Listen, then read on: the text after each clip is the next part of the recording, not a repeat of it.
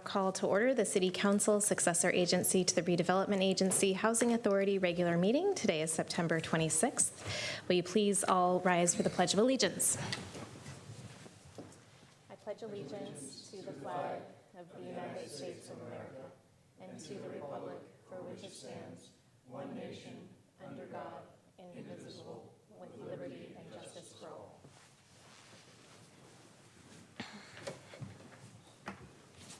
Okay, are there any changes to the order of the agenda?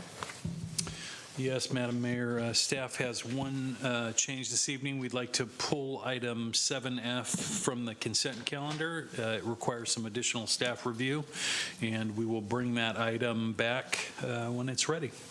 Okay, sounds great. Thank you. From my colleagues, any changes? Okay, seeing none. We will move on to item 4, presentations. We will receive an annual update from the Community Foundation of San Carlos. And with us this evening are Michael Campbell and Jessica Yang. Come on up. Welcome.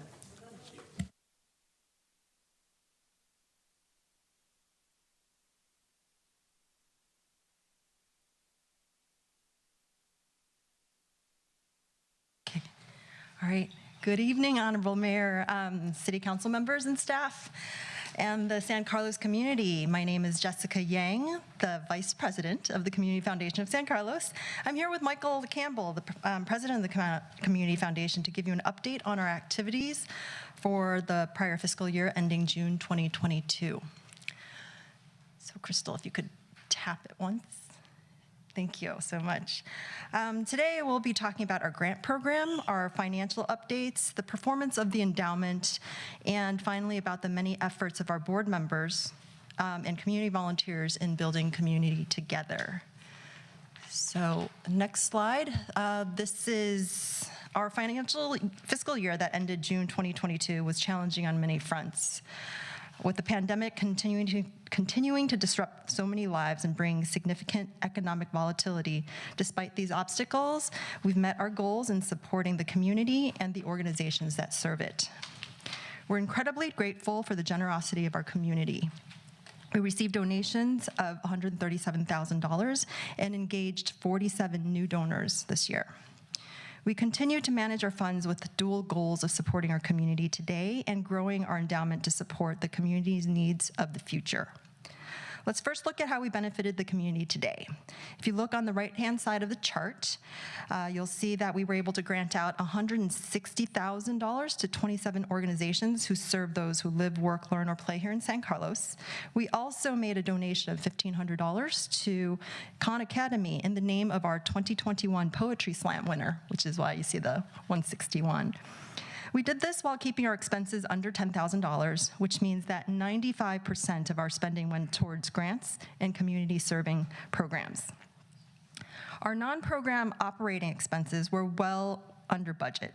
And as a result of these savings, we finished the year with sufficient cash reserves to support our work in upcoming year and make a contribution of almost $40,000 to the foundation's endowment to support future growth. At the end of last fiscal year, our board decided to set aside a portion of last year's earnings in anticipation of downturn in markets this year. Based upon that decision, we have sufficient funds to support continued operations for the upcoming year without having to dip into the endowment. This could not have happened without the insights and long-term view of our Investment and Finance Committee, led by our Treasurer, Brian Best. Moving to the next slide, this is a cumulative financial view since our founding in November of 2019. We are growing the endowment and having some success in raising money from approximately 200 total donors. The endowment is up 8% from our founding, and we have been able to award $729,000 in 96 grants to support 55 unique nonprofits. Our net assets at the end of our fiscal year is $2.4 million, which includes $2.16 million in our endowment, and we're holding about $250,000 in cash. Thank you. Moving on. So as of last year, we decided to do our grant round, only one round per year. With each cycle, we look to improve the grant-making process. In this cycle, we've revised our scoring criteria. We've expanded the grant reviewing committee to include more diverse community representation, and we've deepened our understanding of the nonprofit sector.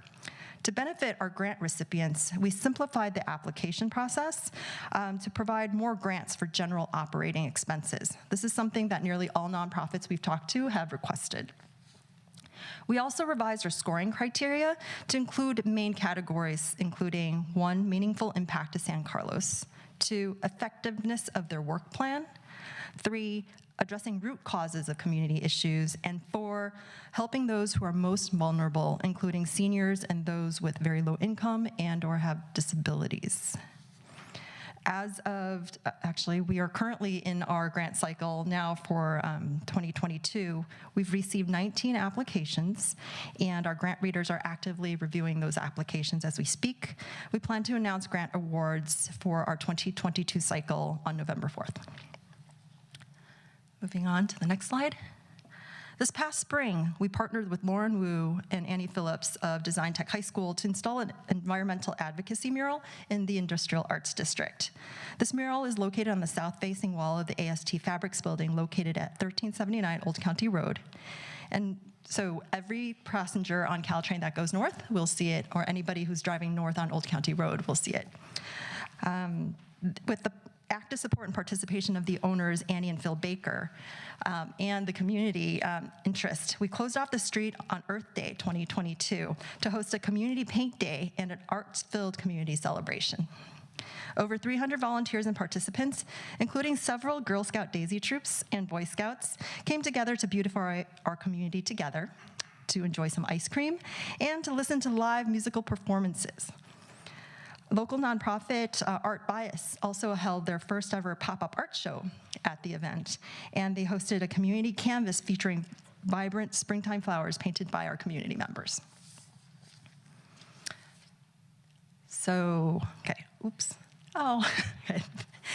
You've seen Michael and I, along with a few other board members in the past meetings, and okay, good. But there are more volunteers working behind the scenes. So we recently held our elections at our annual meetings held on September 14th and now have 14 directors on the board. We're excited to welcome Josh Zaror as a new board member this year. Josh is an active St. Charles School and Parish member, and he's very active with his school street neighbors. The Parks and Rec Sports Leagues, he also brings to us 25 years of experience in marketing and program management to the Community Foundation, and recently served on the San Carlos Economic Development Advisory Commission, as well as sitting as chair for the St. Charles School Advisory Board. So we're excited that Josh is joining us.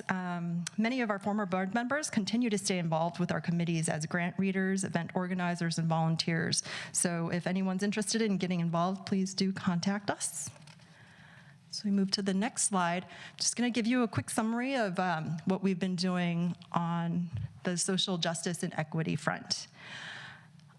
Here pictured are photos from our Poetry Slam from last year in November, which was an amazing event. I highly recommend everybody join us this year. If we move to the next slide.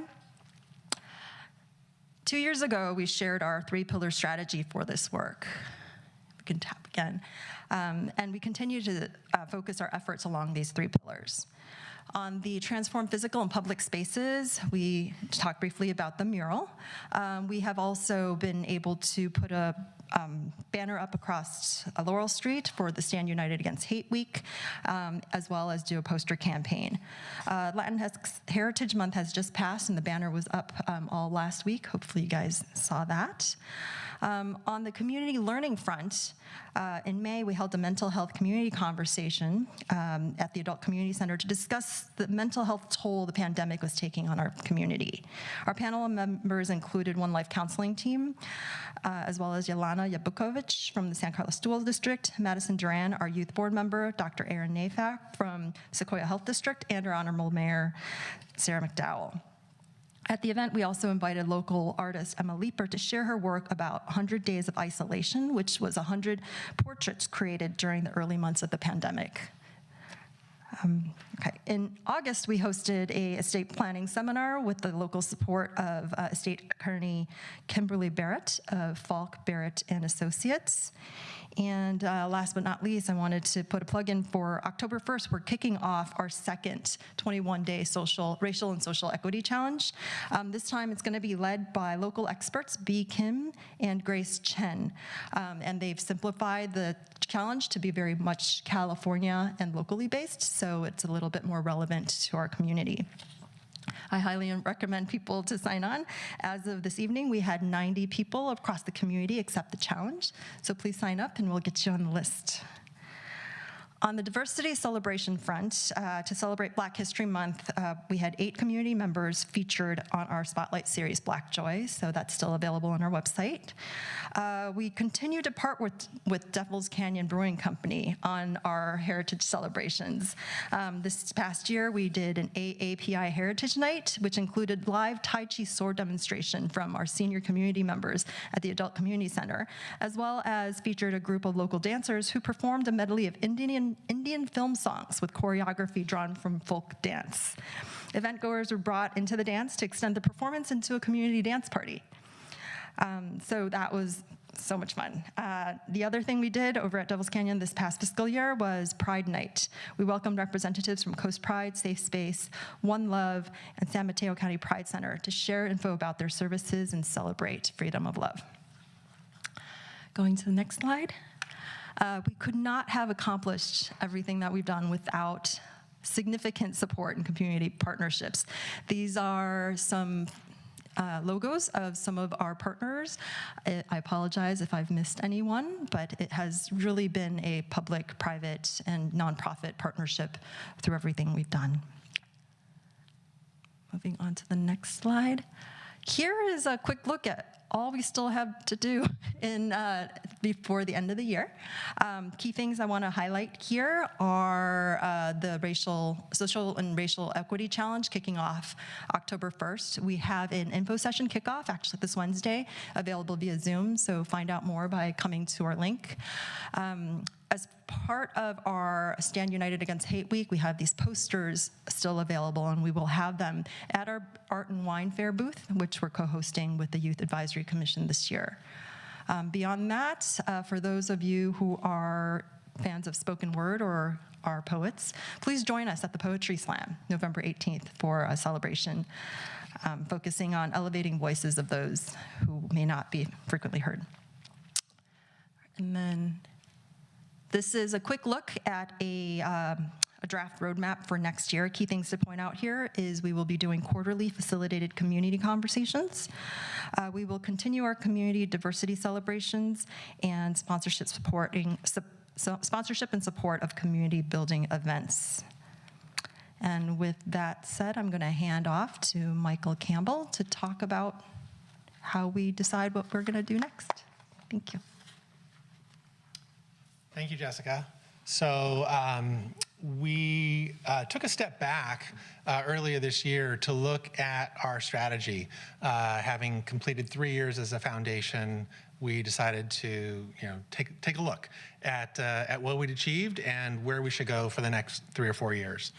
So like a lot of organizations, we have many ideas, a lot of energy from our volunteers and board members about what we could do. But like every organization, we can only do so many things and do those well. So we engaged a consultant to help us with this process, someone who's worked with community foundations, nonprofits, and businesses on strategic planning. And we've walked through over the last 5 to 6 months and looked at what are other community foundations doing, not just the ones in our region, but community foundations across the country. And we learned a fair bit from that. We also took a step back and just looked at our mission, vision, and values and reaffirmed that we're on pretty solid ground there. We next decided what is really not up for change, what is fundamental and core to our organization, and made some decisions there. And an example is our grant program. It's something that we know the community values. We know that we're getting better at it. We're not perfect yet, but we're always getting better at it, and it's something we can do well. We then moved on to the ideation phase, where we took a lot of those ideas that had been generated over the years, as well as some new ones, and we distilled that down to 5 potential things that we could do next. And that's where we sit right now, is we've evaluated those ideas, we've scored them, and we're setting up over the next couple of months to make those decisions, get those validated from our key stakeholders, and then roll that out to the community. So that's what to look for next. So stay tuned for that. That's our strategic plan update.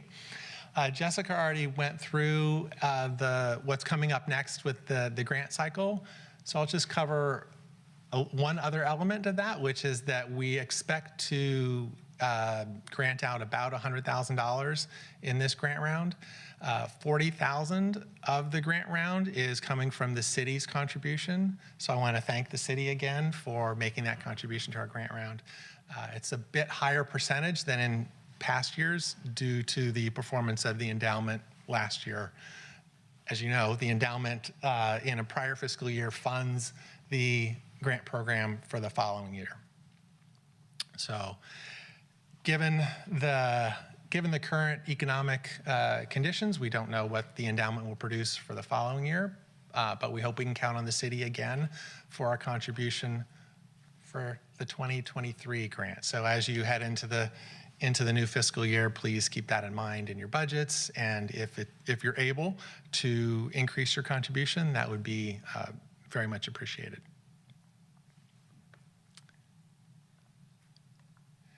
And last but not least, we want to thank you all, Mayor, Vice Mayor, council members, city staff, and the community for your time tonight and your continued support. We want to thank everyone who lives, works, plays, or learns in San Carlos for coming to the events that we sponsor and participating in other ways. We encourage the public to sign up on our website for our newsletter, to download and check out our annual report, which was published today, and to follow us on social media. As a 100% volunteer organization, we invite everyone who so desires to join the Community Foundation. There's a place for everyone. Doesn't matter what your talents are, what your skills are, or how much time you have. If you have just time for one project or one event, that's great. Come and join us. If you have time to give a few hours every month, then join one of our committees or maybe even join our board. So with that, on behalf of the Community Foundation Board and volunteers, thank you for your time this evening. Thanks, Michael. Thanks, Jessica. Great presentation. Any questions or comments from the council for the Community Foundation? Councilmember Dugan. Yeah, thank you, Madam Mayor, and thank you, Jessica and Michael. Great overview. It's great to hear all of your recent impacts, and this is so impressive. You've reached out and touched 55 different nonprofits in our community. All you do, all the dynamic things we heard about, and all on $10,000 worth of expenses. So that's really amazing, that level of impact, and really speaks to your community spirit and just the community of San Carlos that you get all that done on such a volunteer basis. So thank you for that. Thanks, John. Councilmember Palmer Lohan. I just want to extend my gratitude for your organization. And from what I've seen, what you've been able to accomplish is not only supporting the not-for-profits, as mentioned by Councilmember Dugan, but also building bridges between community members that wouldn't otherwise have had the opportunity to meet with one another. And it just feels like a real esprit de corps is starting to come together with this work, and I'm very grateful. Thanks, Laura. I will just chime in that I was at a recent event and we were talking about the Community Foundation, and we all agreed it really seems like the foundation has hit its stride. You're, fully enveloped in the community now and just meeting so many different needs. And so we appreciate your time as volunteers and everything you're doing in the community. So thanks for that update. Councilmember Collins. Thank you, Madam Mayor. I just want to add my congratulations for completion of 3 successful years. It was great to be around at the inception, and we have another former council member in the audience who helped create that. former council member and Mayor Mark Olbert. He was part of that, part of the council that helped get that going. But you guys have just done a great job, and I'm very encouraged by everything that you're doing. So thank you. Thanks, Ron. Vice Mayor Beck. Thank you, Madam Mayor. I just want to say thanks for all the work you're doing, and I've signed up for the 21-day challenge, so I'm looking forward to doing that next month, and just keep up the good work, and thank you. Okay, with that, thank you. We will now move on to council communications and announcements. Council communications and announcements are brief items from members of the City Council regarding upcoming events in the community and correspondence they have received. Would anyone like to share a communication or announcement this evening? Okay, well, I will share that yesterday was the Day of Service. We brought that back this year as a city-led event, and I want to thank all the community members who came out and volunteered on projects. We had tree planting at city parks and donation opportunities and a lot of different school cleanup projects. And I want to give a special shout out to our staff who worked really hard on bringing that event back. Our Parks and Rec department did a really great job. Our Public Works department did a great job with the trees, and our courtyard crew. So just wanted to extend my thanks to everyone involved in that. Okay, I don't see any other communications, so we will move on to public comment. Persons wishing to address the City Council on matters not on the posted agenda may do so at this time. Please note that each speaker is limited to 2 minutes. Crystal, do we have any members of the public here in person? And then maybe we can go to Zoom. Yes, we do have 2 in person that I've received cards for. First one up is Miles Hampton.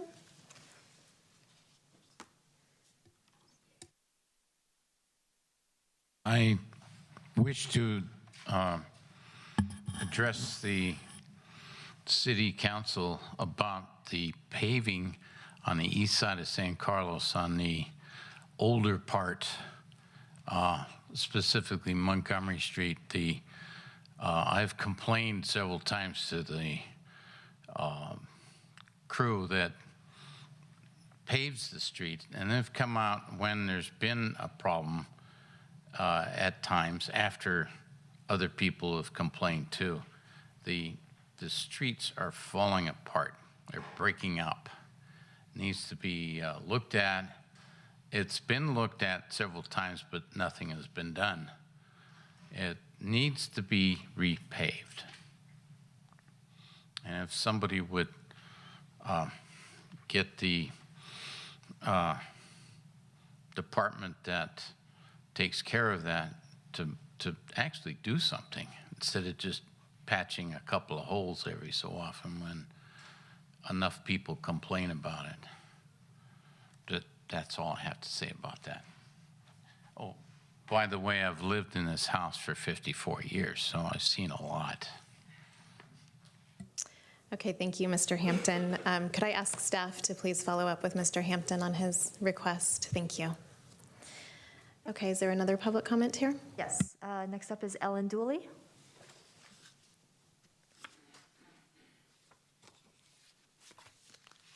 Good evening, and thank you. Thank you, Honorable Mayor and City Council and staff. My name is Ellen Dooley, and I've been a resident for 27 years here in San Carlos. I'm about to share with you some of what I emailed you today, if you had a chance to read it or not. It's been nearly 2 years since San Carlos adopted our last REACH code. A new code cycle is now upon us, and it's time to take the next steps. The horrific effects of climate change are resulting in strong action at all levels.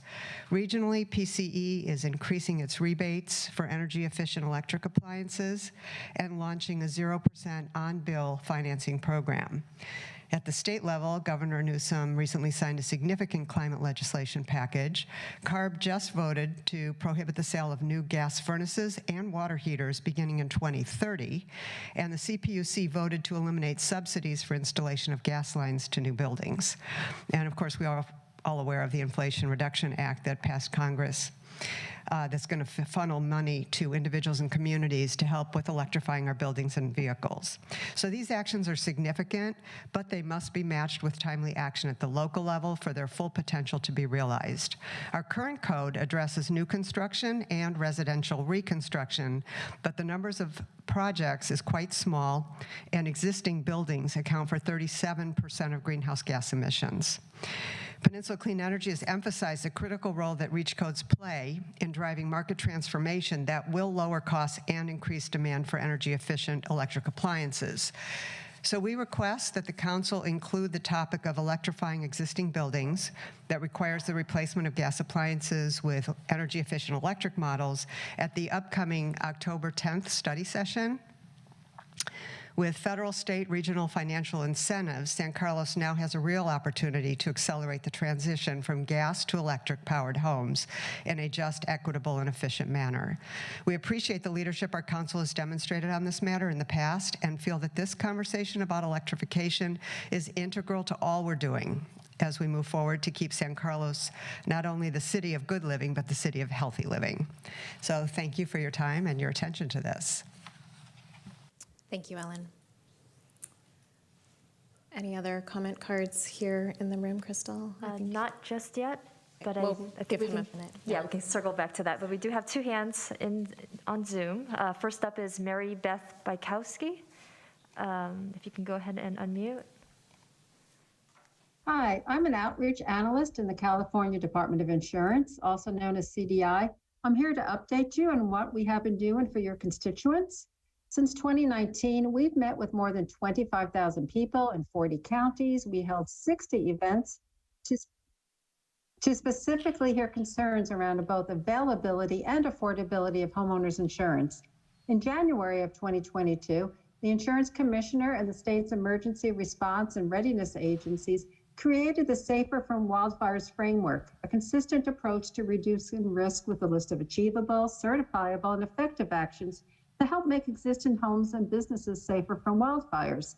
So this ground-up approach for wildfire resilience has 3 layers of protection. We call it the 1-2-3 plan: protect the structure, the immediate surroundings, protect your community. You can see the entire list of actions you can take on our website, but I'm sure your fire agencies have also apprised you of the actions. But by making homes and businesses safer, we can bring the risk down and bring the cost down as well. The Commissioner's actions are focused on safety and transparency. His new regulations do this in 3 ways. By requiring insurance companies to incorporate the framework into their pricing, insurance companies will have to submit new rate filings that recognize safety. Consumers will receive their property's wildfire risk score and the reasons for it, and CDI will have oversight. And consumers will be able to appeal their risk determination when they have done the work. Public input was critical. We held a hearing on April 13th that accepted public comments, and CDI has evaluated the input and has submitted new regulations to the Office of Administrative Law, and we hope to have the new rate filings by January of 2023. And as a reminder, tomorrow at 6 p.m., the Commissioner is hosting an Emergency Preparedness and Wildfire Resources virtual town hall, and joining him will be the California Earthquake Authority, FEMA, and others. Thank you for your time. Thank you. Thanks for calling in. Okay, next up is Anna Zaig. You should be able to unmute. Oh, hi. Can you hear me? Yes, thank you. Okay, my name is Anna Anshat, and I live on Hall Street. I've been living here for 15 years, and I just had a couple one question and one request or comment. The crosswalk that crosses between Industrial right in front of Melodic Remedy is in dire need of being repainted. It's not visible, and due to all the construction that's impacting Melodic Remedy, which is a very popular dance studio in this neighborhood, due to all the construction around it, they're encouraging people to try and walk and cross the street. And my daughter does this every week, and it's not safe. So I'm really hoping that can be repaved, and there could actually be maybe a crosswalk light that some of the other crosswalks have in this area because of all the increased traffic in that area. And then I also impacting our neighborhood with Hall Street is I noticed that the automatic transmission business is going out of business, and they've been a family business here for 57 years. And I'm just like curious as to if there are already plans in place for that. You know, I was just curious about that. I'm very concerned about what's happening to our neighborhood with all the construction. Thank you. Okay, thank you, Anna. I'll ask our staff to follow up on the crosswalk and that business. Crystal, how can we get her email to follow up with her? Anna, if you registered when you signed up, we will be able to pull your email from there. And I think we can grab it that way. If not, you can email me, smcdowell@cityofsancarlos.org, and I'm happy to forward your request to our staff to get you some specific answers. Okay, next. We did get a public speaker card for someone in the chambers, but I'm not sure which item. Louis Boris, were you interested in speaking on an item not on the agenda? No, I'm want to talk about that 50-story apartment that's going on corner of Carnegie and The housing. Okay. We'll get to you when we get to that item. Thank you. And I don't believe there are any other interest in the chambers for that. Okay, great. Thanks, everyone, for the public comment. Okay, we will now move on to the consent calendar. I'll remind my colleagues we're pulling item F, and also I'm going to recuse myself from item E because I live within 500 feet of Fire Station 16. So does anyone wish to pull an item from the consent calendar? Okay, seeing none, I'll entertain a motion. I move to approve City Council consent calendar items A through E and G. Second. Any further discussion? Seeing none, Crystal, could you please call the roll? Councilmember Dugan? Yes. Councilmember Collins? Yes. Councilmember Farmer Lohan? Yes. Vice Mayor Rack? Yes. And Mayor McDowell? Yes, with recusal on item E. Noted. Thank you. Okay, we'll move on to item 8, which is a public hearing, consideration of adopting a resolution establishing the child care development impact fee levels for new non-residential developments in San Carlos, and adopting the updated child care impact fee nexus study prepared by Economic and Planning Systems, Inc. for the City of San Carlos, dated September 9th, 2022. And tonight, leading us off is Sajudi Haq. Great. Good evening, Mayor, Council members, and fellow San Carlos community. My name is Sajudi, and I'm the Senior Management Analyst for Community Development Department. And I'm also joined by Ashley today from Economic and Planning Systems, EPS, our consultant on this project. And tonight we will be presenting the resolution to, 1, establish the child care development impact fee levels for new non-residential developments, and 2, adopt the updated child care impact fee nexus study prepared by EPS dated September of 2022. Really quickly, this presentation will be brief and really focus on 3 items, which are the fee levels, the updated nexus study, which now includes a capital improvement plan, and any associated next steps. I wanted to provide a quick background on why this item is coming in front of council. This has been a longstanding priority for City Council and their desire to implement strategic goals to expand childcare spaces in the city. In addition to the minor municipal code updates made in 2021, Council adopted Ordinance 1585 June 27th of this year, which established the Childcare Development Impact Fee Program. Today, we are asking Council to consider adopting the fee levels. Typically, cities adopt the fee program by ordinance, as we did on June 27th, and then separately set the fees by resolution, which we are doing tonight. This procedure is used in order to avoid the amendment of the municipal code when the fee needs to be updated or increased.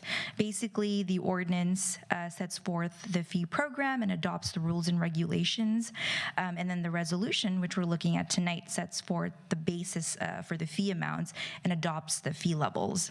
So tonight, council is considering the resolution after the adoption of the ordinance because the fee study, which provides the basis for the fee amounts, needed to be revised to comply with the new state legislation, AB 602. And I hope that clears up why this is, in front of council tonight.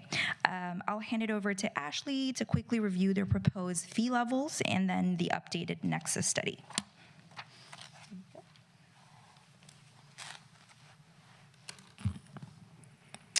Thank you, so Judy. Good evening. Ashley Cannett with Economic and Planning Systems. Nice to see you all again. All right, so development impact fees. Development impact fees are authorized by state statute. In this case, it's the Mitigation Fee Act.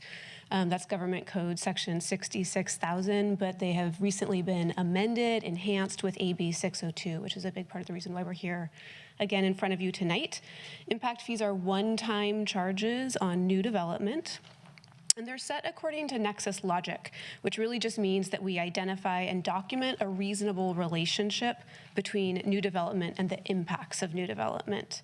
Impact fee revenue can only be used to fund capital projects, not maintenance or operations, as we've discussed in the past. And in this case, they're really just one of several tools that we're bringing to bear to help address childcare needs in the city. Other examples are the regulatory upgrades that you approved earlier that added flexibility and clarity to your zoning code. But these tools also include development agreements, community benefits, regional partnerships. So consistent with the Mitigation Fee Act and the Nexus standards, we completed a Nexus study, and that study establishes the maximum allowable fees for both residential and non-residential development. It's not at all uncommon that the maximum allowable fees are too high. That is, they may start to affect the financial feasibility of new development. That is not our objective here. So to help land on the recommended fee levels, we evaluated the feasibility of the fees through a number of different lenses. We looked at what other cities with childcare impact fees charge. We looked at what the aggregate fees would be in San Carlos, and we looked at how the aggregate fee burden in San Carlos would compare to other nearby jurisdictions. And based on all of these analyses, the recommended fees are here on the screen. They're approximately 50% of the maximum fee that we calculated. And an across-the-board proportional reduction like this, it's not required, but this approach does maintain the proportionality across land use categories that we were seeking in the first place. And these recommended fees are what are reflected in the fee resolution. This slide summarizes one of the feasibility analyses I just mentioned. This is the aggregate fee burden in San Carlos, both with the maximum fees and then the reduced fees. And the reduced fee levels increase the overall aggregate fees by 8% for retail and hotel, 17% for office and R&D, and then 23% for industrial. And in the case of industrial, the percentage increase is so high really because the base is so low. So mathematical there. So AB 602 went into effect on January 1st of this year, and it adds some additional requirements for development impact fee programs and any updates that occur under the Mitigation Fee Act. And the three topics that have to be addressed in or in association with a Nexus study now include the adoption of a capital improvement plan, a discussion of the level of service, and a review of the original Nexus study if applicable. And so the Nexus study was revised in September, earlier this month, to address that CIP requirement in more detail, and I'll discuss that on the next slide, and to affirm and sort of restate the level of service that is the basis of the fee calculation. And the level of service is based on a survey that was completed at the countywide level, and which found that employees who work at places with on-site childcare use the childcare at a ratio of 4 spaces for every 100 employees. And in this case, we did not need to evaluate the prior Nexus study, as this is the first Nexus study, but next time. So this is a lot of text. It's really just a screen grab of the CIP that we included in the Nexus study, and it identifies 3 potential projects that are intended to demonstrate the need for the impact fee revenue. And the projects include A here, a childcare space reimbursement. The idea here is that if an applicant chooses to meet the impact fee requirement by building on-site childcare instead of paying the fee, that the city may, but doesn't have to, contribute to the build-out of that space at the applicant's request and as mutually agreed upon. The amount of the reimbursement, and this is important, would not reduce the value of the applicant's childcare obligation. The second project is a family and commercial daycare grant program. And here, if you had an existing operator, whether a family-based or a commercial-based operator, who wanted to make improvements to their facility that would allow them to enroll more children, thus expanding the number of spaces in the city could create a grant program that would help defray the costs of those improvements, expanding spaces in the city. The third potential program is development of a new childcare facility. And in this case, the city could use the impact fee revenue and put it towards acquiring or adapting, renovating, rehabilitating existing space and converting it to childcare, or even developing a new childcare facility. It's not expected in this case that the city would operate it. You would just contract with or ensure that you had a licensed operator in place. And the important point to leave you with here is that while AB 602 requires such a CIP to be included in the Nexus study, you have really broad latitude about how to use the revenue that is collected, so long as the use of the revenue complies with the Mitigation Fee Act. So if other opportunities come up that would result in the creation of new childcare spaces, you have that flexibility.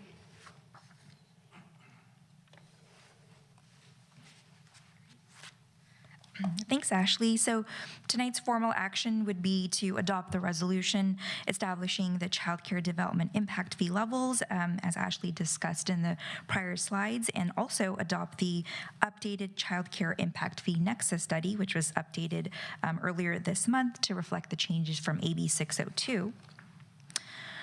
And if council decides to adopt the resolution tonight, it would become effective after 60 days, and then the city can start collecting childcare development impact fees. With that, we'll end the presentation and open up for any questions or comments you may have. Thank you so much. Thank you, Sujudi. Questions from the council?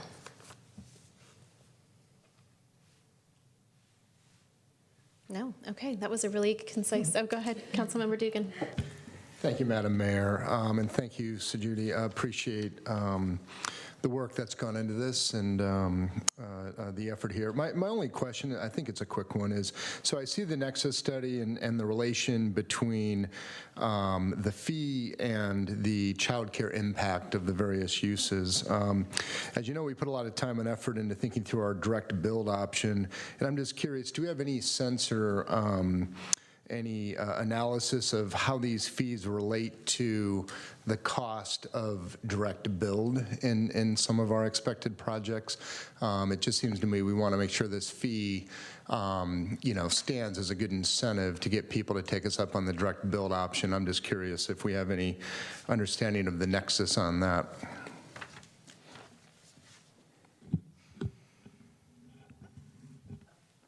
I'll let Ashley answer that. Okay, terrific. Thank you. So the Nexus study, in order to land on the maximum fees, does calculate the cost of providing a space of childcare, and the cost in the Nexus study is in there at around $83,000 a space. The maximum fees, if adopted at the maximum level, are what it would take to fully mitigate the cost of providing those spaces. Because of the feasibility analysis, we're recommending those reduced fee levels, so the fees are relatively lower than the actual cost of building on site. Okay, so it would take an owner wanting childcare on the premises really to take us up on the direct build option? Correct. Okay, thank you. Any further questions from the council? Okay, seeing none, I will open it up to public comment. This is public comment on this item, the childcare item. If you're participating via Zoom, you may raise your hand at this point. And Crystal, is there anyone here in person wanting to make a comment on this item? I don't have any cards for in-person comments, but I do have a hand up on Zoom. Great. Annika? You You should be able to unmute. I think the agenda item for which I wanted to speak will come next. It's about the housing development plan for 2023 to 2031. Okay, great. I'll go ahead and lower your hand for now, but if you can raise your hand when we get to that item, that would be appreciated. There are no other hands up on Zoom or in person. Okay. Thank you. Thank you. Any comments from the council on this item? Madam Mayor, this is a public hearing, right? So Yes. Would you move to like close the public hearing? Thank you. Public hearing. Second. Okay. Crystal, could you please call the roll? Councilmember Parmalohan? Yes. Vice Mayor Rack? Yes. Councilmember Dugan? Yes. Councilmember Collins? Yes. And Mayor McDowell? Yes. Thank you. Thank you, Ron. Any further comments from the council on this item? Councilmember Parmalohan. I just wanted to acknowledge the work that we've done on this as a council. This, I think, is really important to working families. And when we started this, the assessment was we were short 640 childcare spaces. And with the influx of commercial development, I think this will help us to address that shortage, but also meet the demands of the incoming employees. And I also want to thank Mayor McDowell for her partnership on the subcommittee on this, and staff for your leadership in finding us solutions to bring forward. So thank you. Thank you. Agreed. We've made a lot of progress. So great work. Any other comments? Okay, seeing none, I'll entertain a motion. Madam Mayor, I'll move to adopt Resolution 2022-104. 104? A resolution of the City Council of the City of San Carlos establishing the child care development impact fee levels for new non-residential developments in San Carlos and adopting the updated child care impact fee nexus study prepared by Economic Planning and Systems Incorporated for the City of San Carlos dated September 9, 2022. I'll second that. Thank you. Any further comments? Seeing none, Crystal, could you please call the roll? Councilmember Collins? Yes. Councilmember Parmalohan? Yes. Vice Mayor Rack? Yes. Councilmember Dugan? Yes. And Mayor McDowell? Yes. Okay, thank you. We will now move to item 9, which is a study session, review draft of the 2023 to 2031 housing element prior to submittal to the State Department of Housing and Community Development. I do want to remind the community this is a study session. We will not be voting on anything tonight. We're going to have a discussion. So with us tonight is Lisa Porras, Planning Manager. Good evening, Madam Mayor and council members. My name is Lisa Porras, Planning Manager and Project Manager for the draft housing element update. So again, the item before you this evening is a study session on the San Carlos draft housing element proposed for the years 2023 to 2031. I would like to remind the council and our community that updating the housing element also requires that we amend the land use and zoning ordinance for consistency. And the city, in fact, all cities across the state are also required at this time to update the safety element. And all of these elements of the general plan would be evaluated under an environmental impact report and then returned to council for formal adoption in January this year. But the item before you tonight, which is just the preliminary draft housing element. The intent is to really provide an opportunity to present the draft housing element to the council and the community and consider your comments before we send it off to the State Department of Housing and Community Development for its required review. So the purpose of the housing element project is actually twofold. Number one, providing for housing is one of our City Council strategic objectives, which reads that the city will actively encourage and support the creation of housing to provide a safe, inclusive, diverse, and affordable supply of housing in our city for all income levels. And the second reason for the housing element update is also to comply with state law. So for the past 50 years, it's been a requirement by our state to provide for the basic need. One of the fundamental basic needs that everyone needs is a place to live, and that's housing. So this isn't the first time we are doing it. However, it is the first time where we have a much higher housing goal to try and reach. Our current housing element runs from the year 2015 to 2023, and during that time frame, we were to plan for and make sure our policies and zonings could accommodate 596 new housing units. For this particular cycle, the requirement is that we plan for and make sure our zoning can accommodate at least 2,735 new housing units in our city. So that kind of tees us up, and I wanted to ask the council for, or allow me to ask for a little bit of your patience as I describe the process. It's been a multi-year effort. A lot of outreach has been completed, and there's a lot of details, and I know that there's been a lot of community comments that have been received. So hopefully my presentation will help explain how we got to this point, and then certainly we're going to be available to answer questions that the council may have.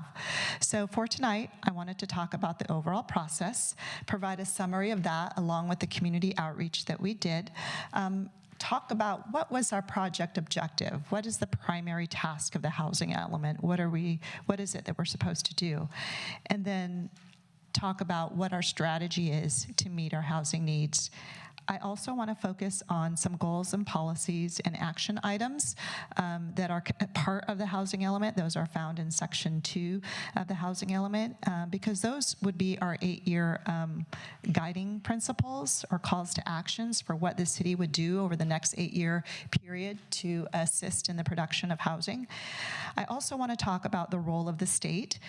While our audience largely has been the community and is the Planning Commission and Council, another audience that we have is the State Department of Housing and Community Development, who plays a large role in reviewing all cities and counties' housing elements across the state, and is the main authority for providing certification, which is what we attempt to achieve as part of this process.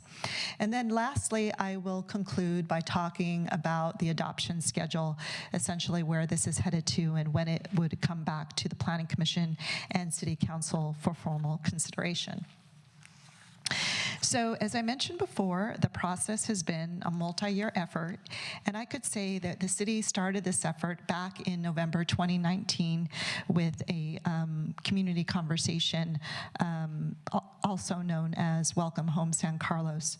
So this was a partnership that the city had completed with the County of San Mateo's Home for All initiative, and we had 2 community conversations, one in November of 2019 and another in February 2020.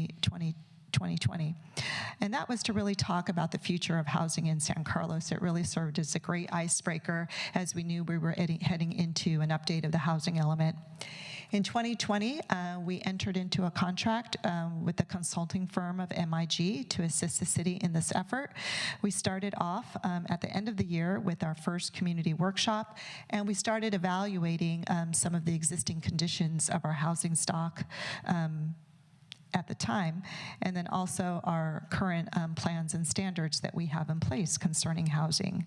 We entered the year 2021 with more community workshops where we met with the community several times.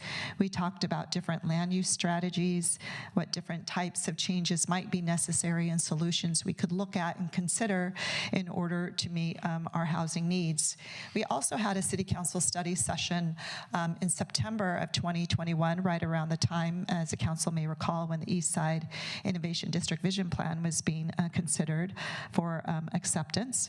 And we had several focus group meetings with the community. In 2022, we kicked off the year with a scoping meeting. This is a requirement from the California Environmental Quality Act. This whole project, along with all of the amendments, are going to be reviewed and are currently being reviewed under an environmental impact report. So as part of the process for that, we we held a scoping meeting at the beginning of the year to really ask the community what things they would like us to look at and evaluate as part of the regular list of things that is required, we are required to look at in the context of an EIR. We started drafting the housing element documents, the safety element document, and the land use element, and we are right now in the process of reviewing that with the community. The draft housing element was released on August 30th this year and is undergoing a state-mandated 30-day public comment period.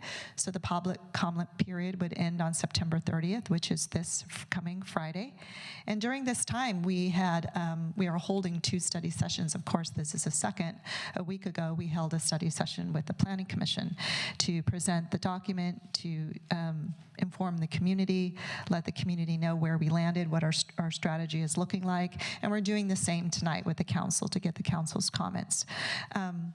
Early next year, the requirement is that we have a due date to certify the housing element by the end of 2023. I'm going to talk about this a little bit later. We will be presenting all of this to the Council and Planning Commission in early 2023. And then I'll talk a little bit later about how that state mandate fits in. So that is the overall process and time frame that we've been spending looking very closely at the city's housing element policies and what can we do to update it to meet our needs. In your packet, the staff report has a good summary of, as well as in the housing element document itself, of all of the community outreach that we did. And it was multi-pronged. There was no silver bullet. We used all of the tools that we had in our toolkit to connect and reach out to the community. The first being sending a spotlight newsletter to every resident and every business in the city in right around the fall of November 2020. That spotlight provided people with information that we were on this journey, ways to sign up, ways to get involved, and ways to participate in our first workshop, which was in November of 2020. We had several focus group meetings where we met with neighborhood groups and other parties in the community. We met with stakeholders, including developers of housing. We wanted to understand from them what some of the constraints to building and reaching certain densities sort of were in their way, and what would make it easier for them to build housing in our city. We had 4 community workshops, several online surveys. We acquired and created a community interest list of over 1,000 different emails, and we communicated across those channels to let the public know that the draft housing element is available and that they could attend study sessions. We utilized Facebook, Nextdoor, Instagram, and Twitter as means to get the word out as well. And then, of course, we met and updated the City Council 2-member housing subcommittee along the way. And we will continue to carry out this work using these same tools that we've used previously.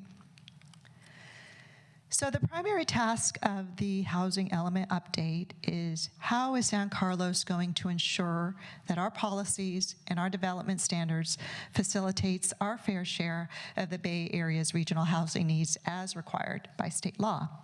So the 9-county Bay Area region must plan for 441,176 new homes from 2023 to 2031 over the next 8 years.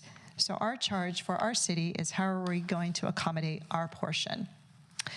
The housing element itself is about 218 pages, accompanied by a 5-page housing opportunity sites list found in Appendix A. It's a quite dense document, and primarily the reason for that is that the state requires that housing elements contain certain degree of information about socio-demographic data about our housing stock, what our housing needs are. There's quite a bit of rich, very rich data within the housing element. But one of staff's suggestions, of course, everyone can read every last word in the housing element, but one of our suggestions is that if anything, what's really important to kind of focus on and share and make sure that everyone is aware of is to look at our housing policies that we're proposing. And the reason for this is that these are actionable items that, if adopted, adopted, the city is going to commit to over the next 8-year planning period. So it's important that we know what those are and that we're supportive of them and make sure that we're not leaving anything out. Is there anything that we missed? What else might we want to consider? The second piece to focus on and to be very clear about is that in order to meet our housing needs, we're going to need to make amendments to our zoning ordinance, and that will include increasing density or units to the acre and building heights. How this is intended to be accomplished is spelled out in Action HOU 4.2, which is found on page 23 of the actual housing element. I don't have the packet number, but maybe I can get some help on that. But it's right there in the document on how we will do that. And I just would like to pause for a moment to describe what do we really mean by goals and policies and actions. So what we mean by goals and policies, these are the city's guiding principles to be used on future work.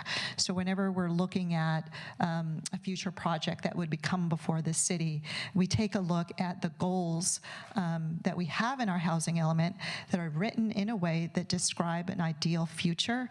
It's an expression of our community values. Whereas policies are specific statements that help guide decision making. It's like an agreement or a commitment by the city to pursue a particular course of action. And then the actions items are programs or procedures that the city carries out to meet certain policies or goals. And actions are essentially the means by which the goals can be reached. So let's begin by talking about our strategy for our housing needs. I think this is very familiar to the council, but to those watching maybe for the first time or watching again, just as a reminder, for the city of San Carlos, our regional housing allocation is a total of 2,735 units, and that is broken down by income category. We have 739 units identified as very low-income units, 425 as low, 438 as moderate, and just over 1,000 as above moderate. A majority of our units, as you can see here, if we add up 739, 425, and 438, we have just over 1,600 units of our total allocation as below market rate units. In working with these numbers and thinking about what our charge was in order to, how are we going to determine, the RHNA or the regional housing needs allocation or the housing target that we meet. One of the things that we discussed with the community is the need for and the very common practice of adding buffer units or kind of like backup plan units. Many jurisdictions do this, and some jurisdictions are even increasing their baseline RHNA by a factor of 50%. In our city and in discussions with the community, we decided that our buffer units would consist of 30% of our affordable component, because the affordable component is always the most difficult to reach. It's very easy for most cities to reach their above moderate or market rate RHNA allocation, and which is the case for San Carlos. We certainly have met our 596 unit allocation for the housing cycle that we are currently about to wrap up. So going forward, we thought it was a good idea to add a little bit of a buffer so we can, because not every site is going to turn over exactly the way that we anticipate it. So rather than cut ourselves short, we wanted some extra padding. That's why the buffer units are being recommended. And the other thing that I want to emphasize is that based upon conversations with our peers and colleagues in other cities that have gone through housing element review for this round of RHNA, we can expect actually with certainty that the State Department of Housing and Community Development is going to ask for parcels that we've identified that are currently in our housing element to be removed and maybe even reduce some of the capacity on those sites. So we feel and we recommend that it is a good idea to plan for these buffer units. So this is the reason why you see these in the report this evening. In terms of what is it looking like, and are we going to be able to meet our RHNA? And the answer to that is that it looks good, and I'll explain that in just a moment, but we have to do certain things, but so far it looks like we'll be able to meet our housing needs under certain adjustments. So if we start with our 3,216 units to plan for figure, we start first with the units that are currently under review and in the pipeline. In the city of San Carlos right now, those that have not yet been constructed or will soon come forward to seek an entitlement, all of those units combined together are 352 units. So we can subtract that from the 3,216 figure. And then beyond that, we had to look at, projections and things that we can expect to see based upon past trends and certain analysis that we've completed.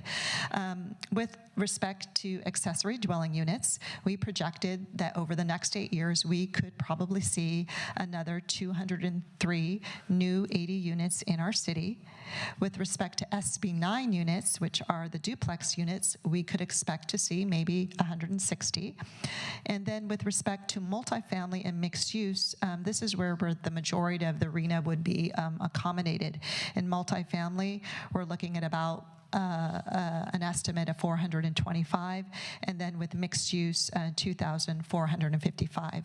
If we add all of those together, we get a total unit count of 3,595, which is more than our baseline RHNA, of course, and then more than the 3,216, which represents that 30% buffer units. So again, in order to meet our RHNA needs, we're going to have to make some adjustments. So the next section I want to talk about are some zoning amendments that would be necessary in order to meet our RHNA. And I want to go back and I want to talk about how we arrived at what we're proposing.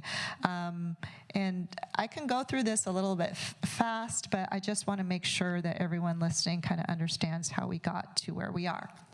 So I'm going to put up a slide here, a rendering that we shared with the community during one of our community workshops to have a conversation with them about how much more density, how much more building intensity might we be able to consider in order to meet our RHNA.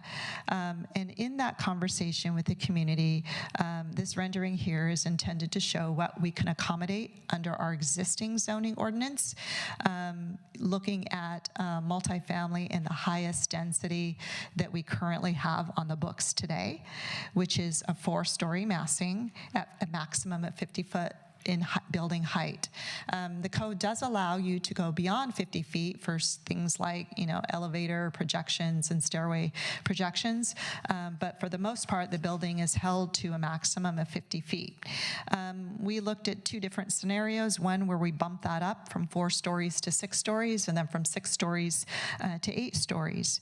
And where we ended up with the community members that participated at this workshop was a general understanding and comfort level, and I would say probably more of an understanding that yes, the zoning needed to be amended, and they felt most comfortable with a 6-story massing along El Camino Real and in areas with the highest density. They were not comfortable with 8 stories or 90 foot. So this is kind of how we get pointed, how we're turning our dial, so to speak, to 6 stories and 75 feet. I wanted to share how we kind of arrived at the densities that we're proposing. So we did some analysis here, and I won't go through line by line, but we looked at what could be accommodated on a certain block of El Camino Real, looking at our existing zoning, what could we accommodate if we raised the height limit to 75, and how many more units we could get if we raised it to 90 feet. So looking at kind of the middle section here, scenario A, what we were able to achieve under this particular case study, looking at a range of different a unit mix where there was like 10% studios, certain percentage of 1-bedrooms, and so forth, we arrived at a density of 122 units to the acre. So we turned that down a little bit to 120 units to the acre, which I'm going to talk about in a moment, but which would be the highest density that we would consider as part of our housing element update. We kept the parking standards per unit the same. On the right-hand column in that blue shaded area, we looked at a scenario where we adjusted the parking requirements. And this is after conversations with developers that expressed to us that parking requirements are one of the standards that can be quite of a constraint towards reaching the densities. So the community very clearly told us not to change the parking requirements, but we could look at eliminating guest parking. So this is just kind of like a little bit of background information on how we arrived at the densities and height limits that I'm going to talk about in just a moment. So one of the things that I thought I could do is try and find, a local example of what 120 units or 100 units to the acre might look like. And fortunately for our city, we do have just one example, which is the recently constructed project at 817 Walnut, and this has a true density of 100 units to the acre, which is provided on about a lot size of 10,500 square feet. So if anyone listening or watching and is just curious what 100 units to the acre can look like, well, we do have a local example.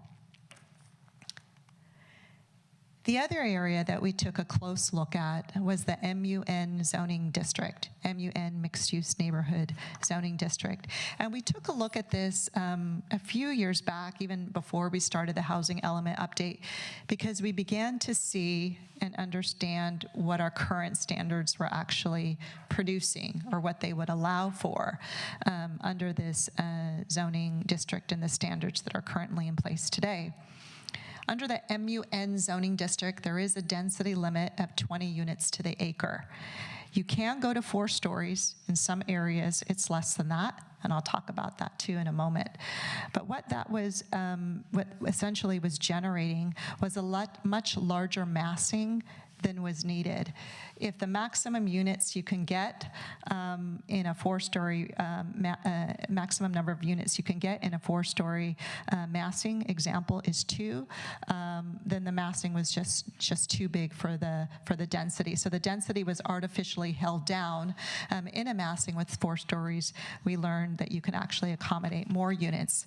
So in the spirit of looking at how can we accommodate more units in the MUN zoning district, we took a closer look at that under a scenario where we found that even by dropping the number of stories from 4 to 3, we could more than double the density from 2 units to 5 units in an example.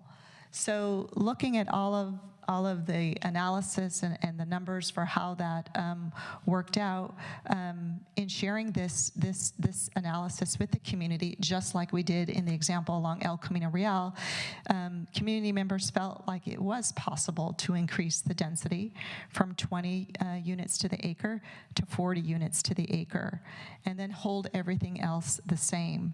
So that is how we started to approach the MUN zoning district, by doubling the density and holding all other standards the same. So following our case studies, we began to take a closer look at how our multifamily and mixed-use zoning districts kind of laid across our city. All along El Camino Real, and I don't know if the pointer will work. Maybe it will. Or maybe this doesn't work. No, I don't think I can make it work. I'll just describe it, but I think most of the community and the council is very familiar that all along El Camino Real, this is where you find our mixed-use zoning districts. Along San Carlos Avenue, west of the Caltrain station, exists our highest zoning district, which is mixed-use San Carlos Avenue 59, which is flanked, which is shown in pink along San Carlos Avenue, which is flanked by the RM59 zoning district as well. And then in and around the downtown, we have generally a standard for 4 stories. Sometimes you need a use permit to get that, like in the downtown core. But for the most part, it's a 50-foot max, 4-story max development standard, kind of as the baseline. So primarily, we extrapolated all of the work that we did on those case study examples that I just shared with you and applied those to the mixed-use multifamily zoning districts. And how that ended up factoring in is that we went from 8 different existing zones that are multifamily and mixed use to 13. And on this legend here represents the 13 different zoning categories that would be established should we move forward with this housing strategy. And one of the things that we wanted to do... Lisa, can I ask, well, I'm sorry. Yeah. There's only 12 listed here. So is there one that's missing? Oh, we can't see it. Okay, There got it. might Thank you. be Sorry to one interrupt that you. got cut off, yeah. And in the meantime, I know Lisa Brownfield and Genevieve Shara are here, so if you can double check that for me while I continue my presentation, that will be great. But essentially, we need to expand the number of zones from 8 to a greater number in order to kind of calibrate the different densities across different geographies. And the areas where the density would be the highest would be along El Camino Real, and then along San Carlos Avenue to the west of the San Carlos Caltrain station. And in and around the downtown, we'd limit that to 100. And then in the, we still would have pockets of RM59, and then some of the MUN would go to MUN 40 and 50 and 100 and 20. There is a portion of MUN along San Carlos Avenue that we would upzone. And overall, the strategy for this was to look at housing and providing for more housing in existing neighborhoods where housing is already allowed and is already a compatible land use. We wanted to focus the growth along the major transit corridor next to everyday needs and services and in our high-density zoning districts, and then amending the zoning accordingly. So as part of Action HOU 4.2, this is a very dense table. There's a lot of information here, but this summarizes the changes that would take place to our existing zoning and proposed. One of the things that's very easy to interpret is we just went ahead and added the density, the number of units per acre, such as whether that's 40 or 50, 100, 120, or 59, right after the zoning district. So it's very clear to the community and to developers what the units per acre would be in conjunction with that particular zoning district. As part of this work, we are also introducing a minimum density requirement, which is based upon 75% of the maximum density. And this is really in response to some development that we've seen occur in the past, where the number of units would actually be below market rate housing ordinance. Essentially, it wouldn't trigger that, so they wouldn't be required to provide affordable units on site. We wanted to really do away with that, so we have a minimum density requirement proposed as part of the changes that we're making, and also under the principle that we really are doing everything that we can in order to facilitate and produce the housing units we need, especially the units that we need in the affordable category. I know there will probably be questions on this table. My intent is not to go line by line, but this is very clear in the housing element itself, where for the most part, our 4-story city, not that we're actually built this way, but 4 stories that we have on the books, is going to increase to 6, in some cases to 5, but in the most upzoned area, it will increase to 6. In some places, it will remain the same. And I do want to point out that in the downtown core, we looked at increasing the density, but we did not include raising the building height in the downtown core. And this is in recognition of the downtown specific plan project that we're currently working on. So for those that are interested in building heights in the downtown core, I invite all of the community members to take part of and be part of the conversation that takes place under the downtown specific plan, where we will be looking at height to see if we want to amend that, if it's something that we can accommodate, or if we want something different. This next slide here shows essentially how those 3,500 sites would fall on the map. These are essentially the sites that we need to send to the State Department of Housing and Community Development, recognizing that when we do zoning amendments, we don't just do them to the sites that we think are the most feasible for turning over to housing, but we apply our zoning amendments to a zoning district holistically and comprehensively. So some of the sites that, that maybe not are on this list, I mean, I guess what I'm trying to say is that there could be a site that's not shown here on this map that somehow pops up over the next 8 years. That's perfectly fine. But given what we know today, we have to produce a housing opportunity sites inventory to the State Department of Housing and Community Development, and they take a close look at the sites and the number of units that we are proposing that can be achieved on each of these sites. So to be clear and to share with the community, every parcel that's colored in on this map expresses a housing site that's been identified in Appendix A of the housing element.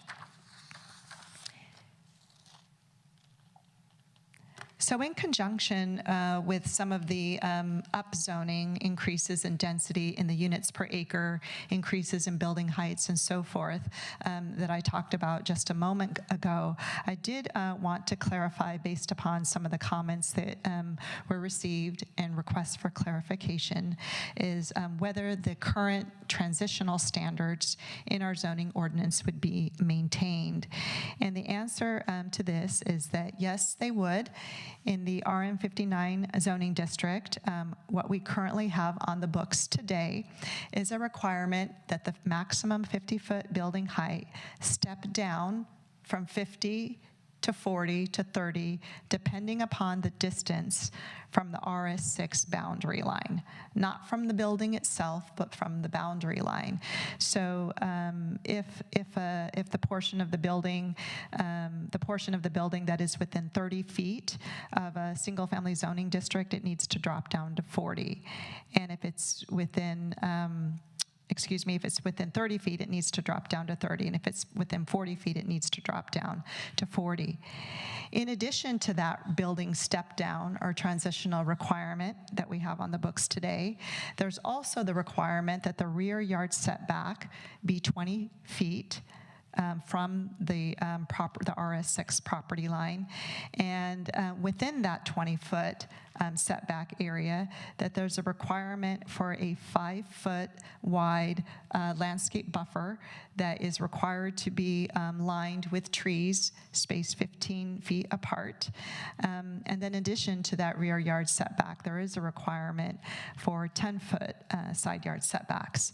So what we went ahead and did in considering modifications to the RM59 to upzone some of the RM59 to RM100, we recalibrated that. So the new step down or the proposed step down would be from a maximum of 60 feet. Again, 60 feet would be the max allowed in RM100 context. So that would drop down from 60 feet to 50 to 40. Depending upon the distance to the RS property line. And then all of the rear yard setback requirements, the 20-foot rear yard setback plus the 5-foot landscape strip to be planted with trees, and the 10-foot side yard setbacks would remain in place. So we wanted to make sure that that was clarified. And then similar to the RM transitional standards, there were questions about what about the exceptions and height modifications that are associated with MUN 40.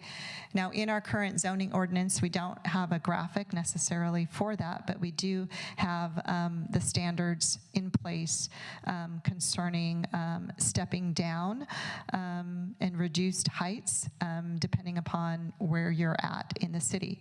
So the MUN zoning district, as you can see here on the slide, is that kind of fuchsia or hot pink shaded color. You'll see MUN in portions along El Camino Real. You'll see it along Laurel Street, south of Arroyo. You'll see it along Old County Road, and then you'll see it along East San Carlos Avenue. So where modifications to the overall height. The maximum height is 50 feet. So where modifications to that maximum height exist are in areas along East San Carlos Avenue and in areas where that MUN zoning district, or that pink shaded parcel, is adjacent to RS. RS is single family, which is the yellow shaded parcels. So when, if an MUN parcel was to develop along East San Carlos Avenue, the maximum height would need to drop from 50 feet to 30 or 35 feet. There is a small provision for it to go to 35 feet, and the maximum number of stories would drop from 4 to 2. In order to get a third story, you'd need a use permit from the Planning Commission. That's on the books today. And then when the MUN zoning district is next to a single-family zoned parcel, the maximum height would drop to 40 feet when the building is within 50 feet of the RS parcel, and then it would drop further to 30 feet when it's within 40 feet of an RS parcel. In the MUN standards, there is a requirement for MUN parcels to be set back 30 feet. So this is quite a large setback, a rear yard setback. It needs to be set back 30 feet in the rear yard, and it has 10-foot side yard setbacks. This zoning has been in place since 2011, and for more than 10 years. And in these areas where we have these additional restrictions for stepping down in height, to stepping down in stories, to providing very robust rear yard setbacks, we haven't seen any projects come to fruition. And there have been several occasions where some developers may have been interested, but after they kind of do the work, they found that it doesn't really pencil out for them. So in the spirit of trying to figure out ways where we can add some density, so for MUN in areas along Old County Road, East San Carlos Avenue, and Laurel Street south of Arroyo, which are very close to RS6 neighborhoods, the proposal is to double the density from 20 to 40 in an attempt to make it, maybe that would help make these parcels pencil. The max height would be set at 50, and the max stories would be set at 50. However, there would be exceptions to that, and those exceptions would be maintained along East San Carlos Avenue, where instead of 50 feet, it would drop to 40 feet. And then when sites that are adjacent to single family, the maximum height would drop from 50 to 40 when the building was within 50 feet of an RS zoning district. And we decided to maintain the 10-foot side yard and 30-foot rear yard setbacks as a compromise. So there was some adjustment done to the zoning district, but as proposed, we would maintain some caveats for San Carlos Avenue and some caveats where the parcel is adjacent to a single-family zoning district. And I just wanted to point out that in terms of the sites that we identified in the MUN zoning district along East San Carlos Avenue, there would be a total of 79 units that are part of the housing sites inventory, the inventory that we would send to the state should the council want to go forward with these recommendations. 66 of those units we factor in as being very low, and 6 moderate and 7 above moderate out of those total number of sites identified along East San Carlos Avenue. And I know I'll come back to questions you have on this, but let me keep moving forward. With respect to raising building heights and densities in general, we did start to hear concerns and comments about, well, what happens with that now that we have the density bonus? Well, the density bonus is a state requirement. In order to achieve our RHNA, we needed to adjust the zoning. So any kind of density bonus provision would be on top of the additional stories that we are proposing and on top of the additional height. And I want to talk a little bit about that for a moment. With the state density bonus, when developers propose a certain percentage of their projects or of the units as affordable, they get additional density market rate units. And in order to accommodate those additional units on their site, state density bonus law allows developers to ask for concessions or deviations from the zoning standard. And some of the deviations could be a deviation from a setback, a deviation from height, a deviation from parking. And when a developer asks for those concessions, we essentially have to give it.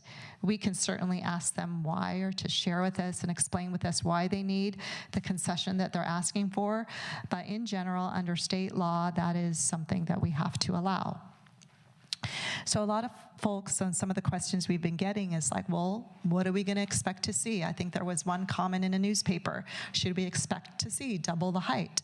And I would say absolutely not. No one's going to come in and double the height that we just adopted, should we choose to adopt that. So the best thing that I can do is provide a little bit of a track record about projects that have come through the city and what they've generally asked for.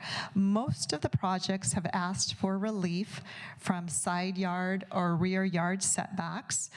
Some have asked for no relief, but just really wanted the additional bonus unit. And then there was one project, probably this council and the community most recently familiar with, is 626 Walnut, where they asked for an additional story. So they went from 4 stories max to 5 stories, and then asked for a concession in height where the maximum was 50, and they asked for 62. So it's hard to answer and predict exactly what a developer may ask for, how many additional density bonus units they may ask for. Sometimes they don't ask for the maximum units that they can get. Maybe it's just a handful more. But one of the things that's important to clarify is that when they come through and ask for density bonus units, what the concession that we've seen for the most part is a reduction in the overall setbacks, and in one case they asked for a reduction in parking. So there's a lot of moving parts to the zoning ordinance, and in addition to the ones that I just mentioned, a more recent one, very, very recent one, signed by the governor just last Thursday evening, is AB 2097. And what AB 2097 says is that it prohibits a public agency from imposing any minimum automobile parking requirement on any residential, commercial, or other development project that is located within 1/2 mile of public transit.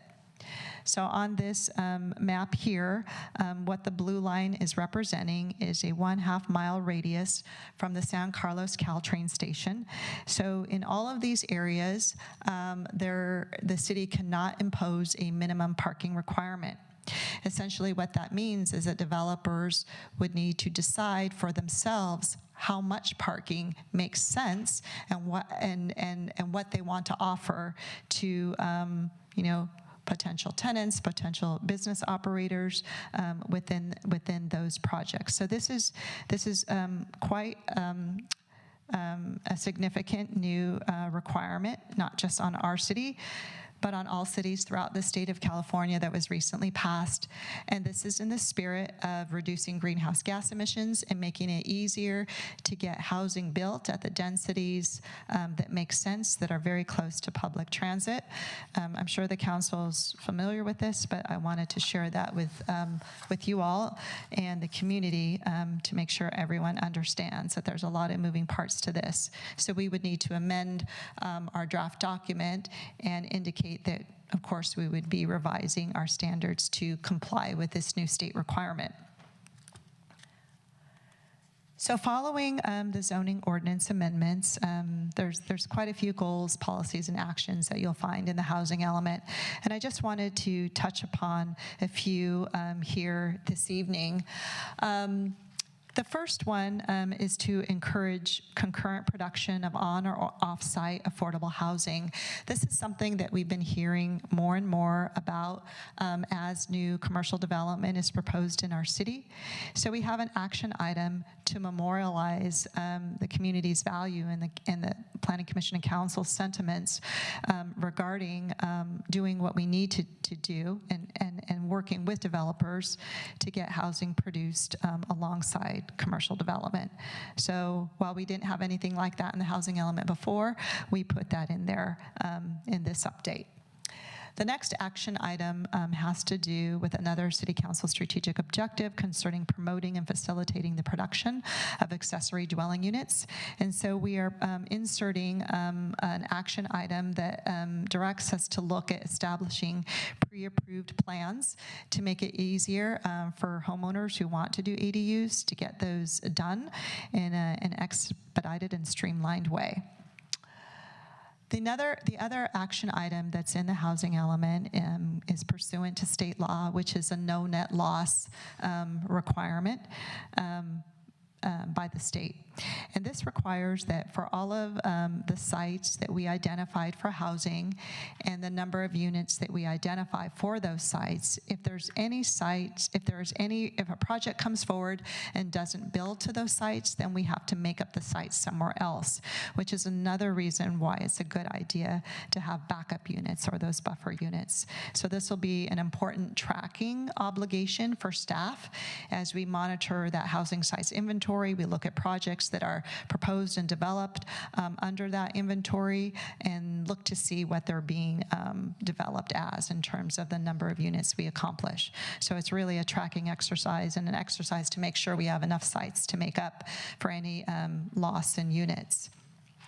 The other action item, and this speaks to density bonuses, and the council will obviously recall that it recently amended the city density bonus provision to help facilitate and encourage more rental projects in the city by offering higher levels of density bonus units in exchange for these types of projects. At the time that it was adopted, staff and our consultant team did hear comments and concerns from the community about applying this uniformly across the city in multifamily and mixed-use zoning districts, and wondered if we should be taking a more focused approach at this particular provision.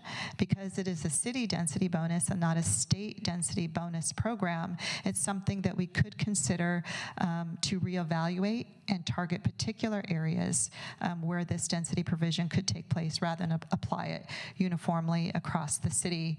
So there is an action item that would direct staff to take a look at that and reevaluate whether that's something that we want to do or ought to do in our city. I already talked about this, but one of the things that the state is going to be looking for is a very specific action on how the city will meet its regional housing needs, and that's action HOU 4.2, which outlines and specifies all of the zoning ordinance revisions that I went over this evening. And then the other action is to develop objective and streamlined development regulations. This is actually a project that we are currently working on. As you might imagine, with the slew of housing laws that have been imposed upon us, we've been really busy trying to keep up and stay on track of all of these requirements. And one of them is to develop clear and objective standards for housing developments. So it's very clear to the development community and the residents what our standard is in relation to design. So that is identified in the housing element as well. And then we have some goals and policies related to childcare. And this is in response to some comments we received from childcare advocacy groups, to comments from the community about looking to see how we could incorporate childcare action items in our in our housing element. And I know the council just recently took action on a child care development impact fee, but we want to include that in the housing element so that we get credit for it when we share this with the state. And then one of the future items is to look at expanding locations for child care centers, looking at zoning areas where they're not currently allowed, and then looking to see where they would be most appropriate. So that's just a handful of the ones that staff felt were kind of stood out as the most prominent. And probably the most prominent of all is action 4.2, which are the zoning recommendations. So moving on to public comments received at the Planning Commission study session and then ongoing up until today, we've received quite a few comments regarding a particular parcel along San Carlos Avenue. That parcel is 1785 San Carlos Avenue, and there's a little bit of history on this parcel. And this is in response to our proposal to upzone it to RM 100. So there's some comments from the community that basically are suggesting that we not upzone it, that we keep it to RM 59. So I wanted to provide council with a little bit of history and then what our recommendation is based upon the information that's before us. So back in 1963, there was a restrictive covenant placed on 1785 San Carlos Avenue requiring that it only ever be used for medical and dental. Somewhere well, I guess let me back up a bit. In 2011, the city zoning ordinance was comprehensively updated and that parcel got zoned to RM 59. Probably sometime in the year 2019 is when a developer came forward and was interested in doing a project under the RM 59 development standards. When that developer came forward and completed and did a little bit of investigation and due diligence on the site, he produced to the city this 1963 restrictive covenant.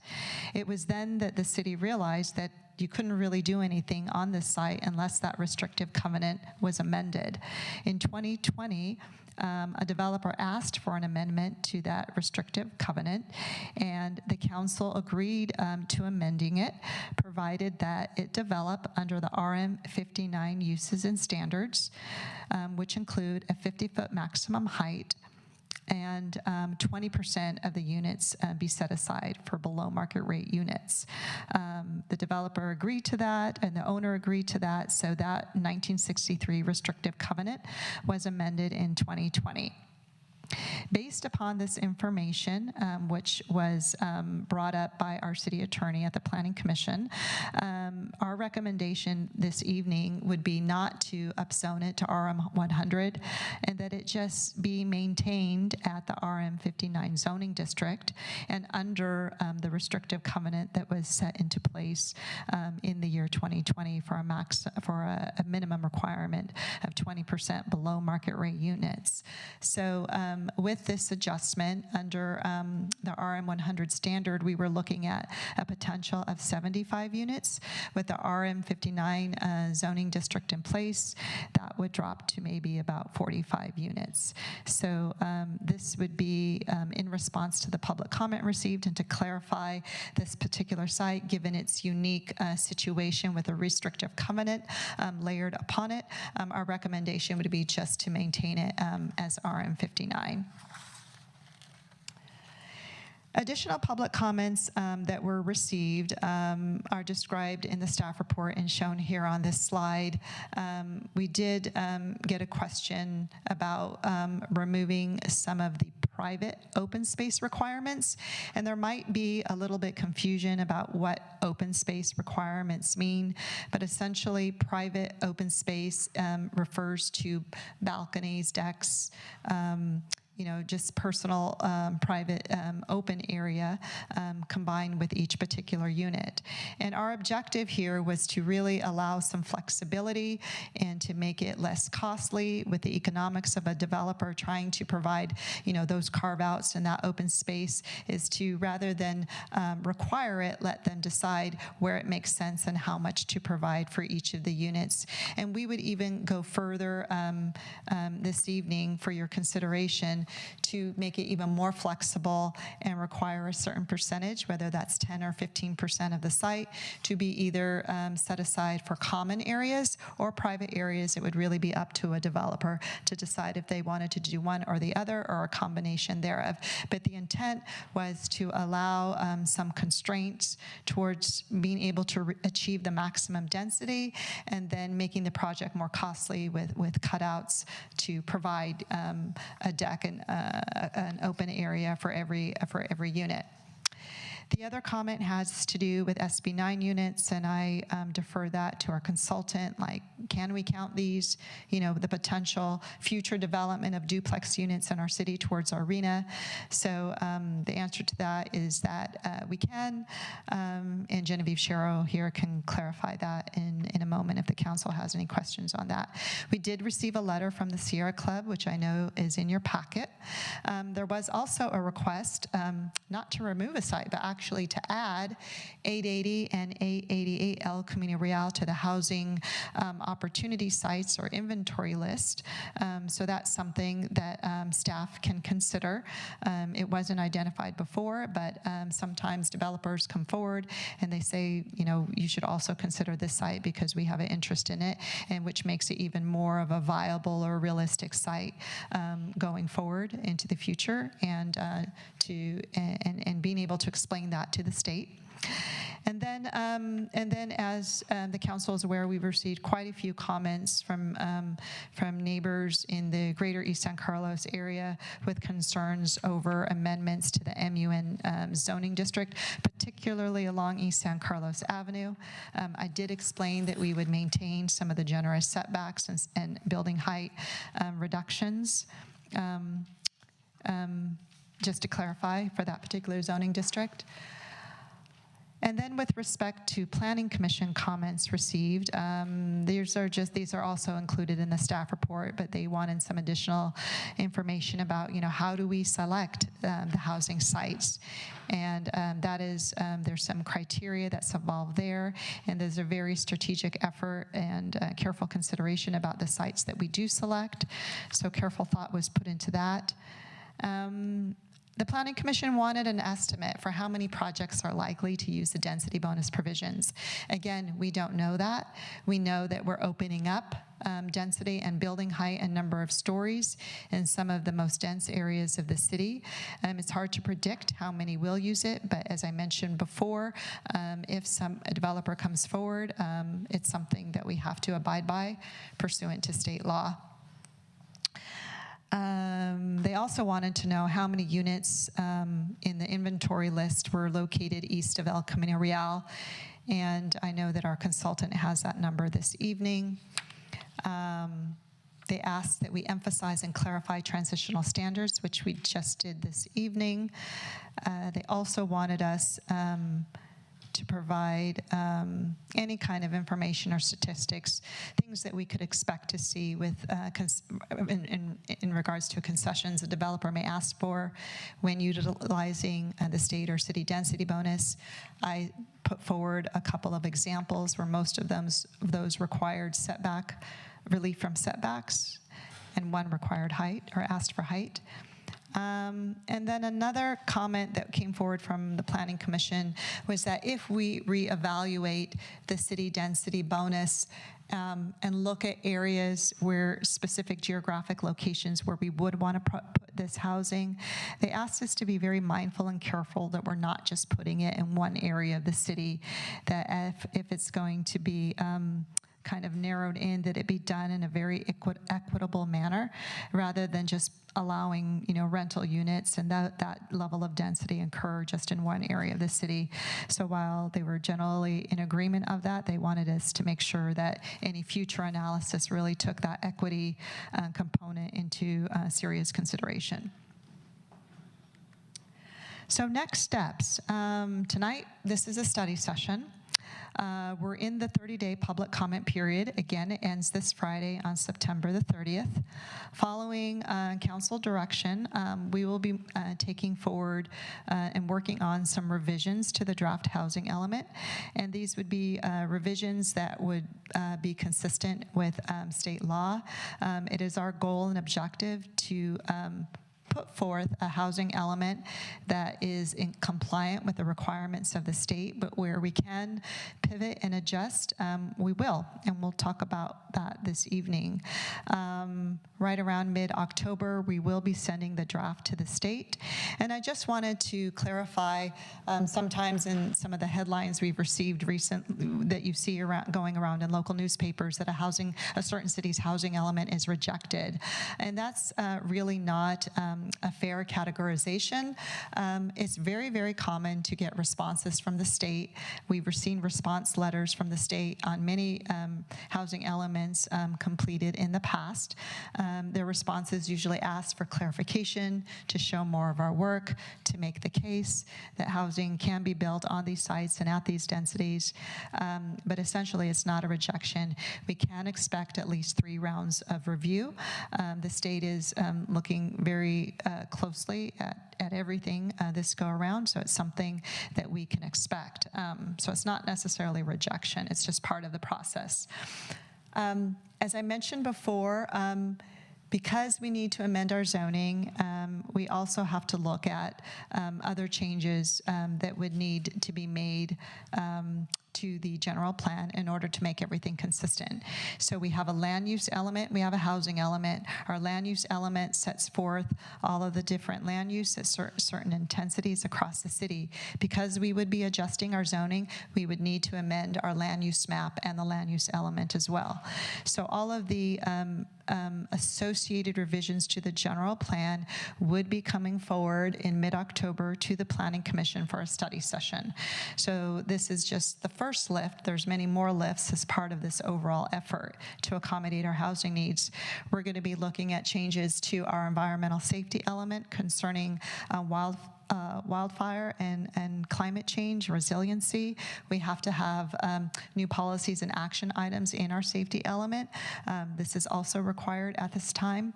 So safety, land use, and zoning, and some other areas of the general plan will be brought forward in a study session. So anyone who's interested and wants to dive more into the weeds on zoning, we will be doing that on October 17th with the Planning Commission. And then overall housing element adoption, we would be bringing all of these forward for the Planning Commission's recommendation on Tuesday, January 3rd, and then to the City Council on January 23rd for the Council's consideration, just in time for the state mandate, which requires that we have this completed by the end of January. The housing element will likely continue to be in a review cycle with the state, but in consultation with our consultants and with our city attorney, we feel that it's in the city's best interest to adopt the housing element by the end of January as required by the state, even though the state may still be reviewing our housing element. If there's minor changes, we would ask that the council allow staff to make those minor change, but if the state requires us to do anything substantive, we would be bringing that back to the Planning Commission and City Council. It's not the ideal process, but it's a process that we are navigating and dealing with as the state is taking quite a bit of time to get through all of the housing elements. So this is something that we're hearing from our colleagues that have undergone the process with the state and are currently undergoing the process with the state. And then one more next step to share with the community. I know there's been a lot of comments and detailed questions about having mixed use and higher density development occur next to single family neighborhoods, and what types of standards and fine tuning to the zoning and buffer and privacy screening and all those sorts of related standards. How is the city planning to deal with those? Another related piece of work, as I mentioned before, that we're working on are objective design standards. And again, these are in response to state legislation. They were required to set forth clear expectations about the design standards that we want to see in our city. And it's all under the principle of getting housing done more quickly and by really setting forth these objective design standards. So we can think of the zoning amendments related to the housing element is kind of like the big lift. It's the intensity, it's changing the density, it's increasing the stories, it's increasing the height, and removing a couple of other related constraints, fine-tuning some constraints. But the biggest fine-tuning component is going to be done under the Objective Design Standards project. The website for that is shown here on the slide.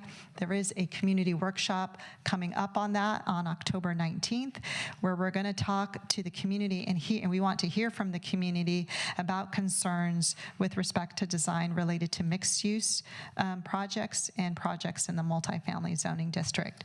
So this would be where additional comments could be received on exactly what type of additional things we can incorporate in our standards to have those projects be a little bit more compatible, to kind of coexist and be done in a very thoughtful and elegant way.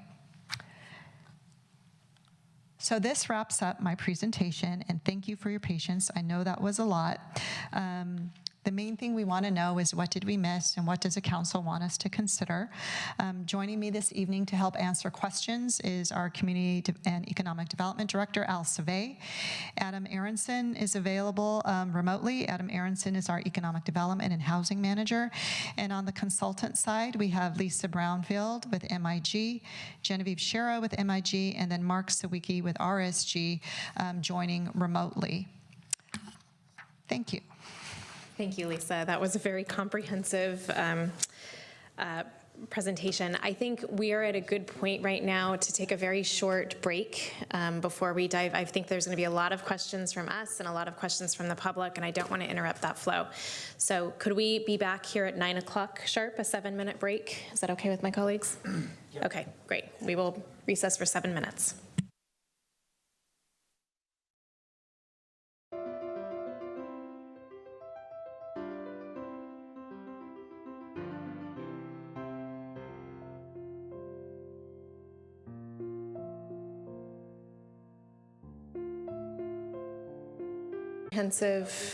We don't have Lisa.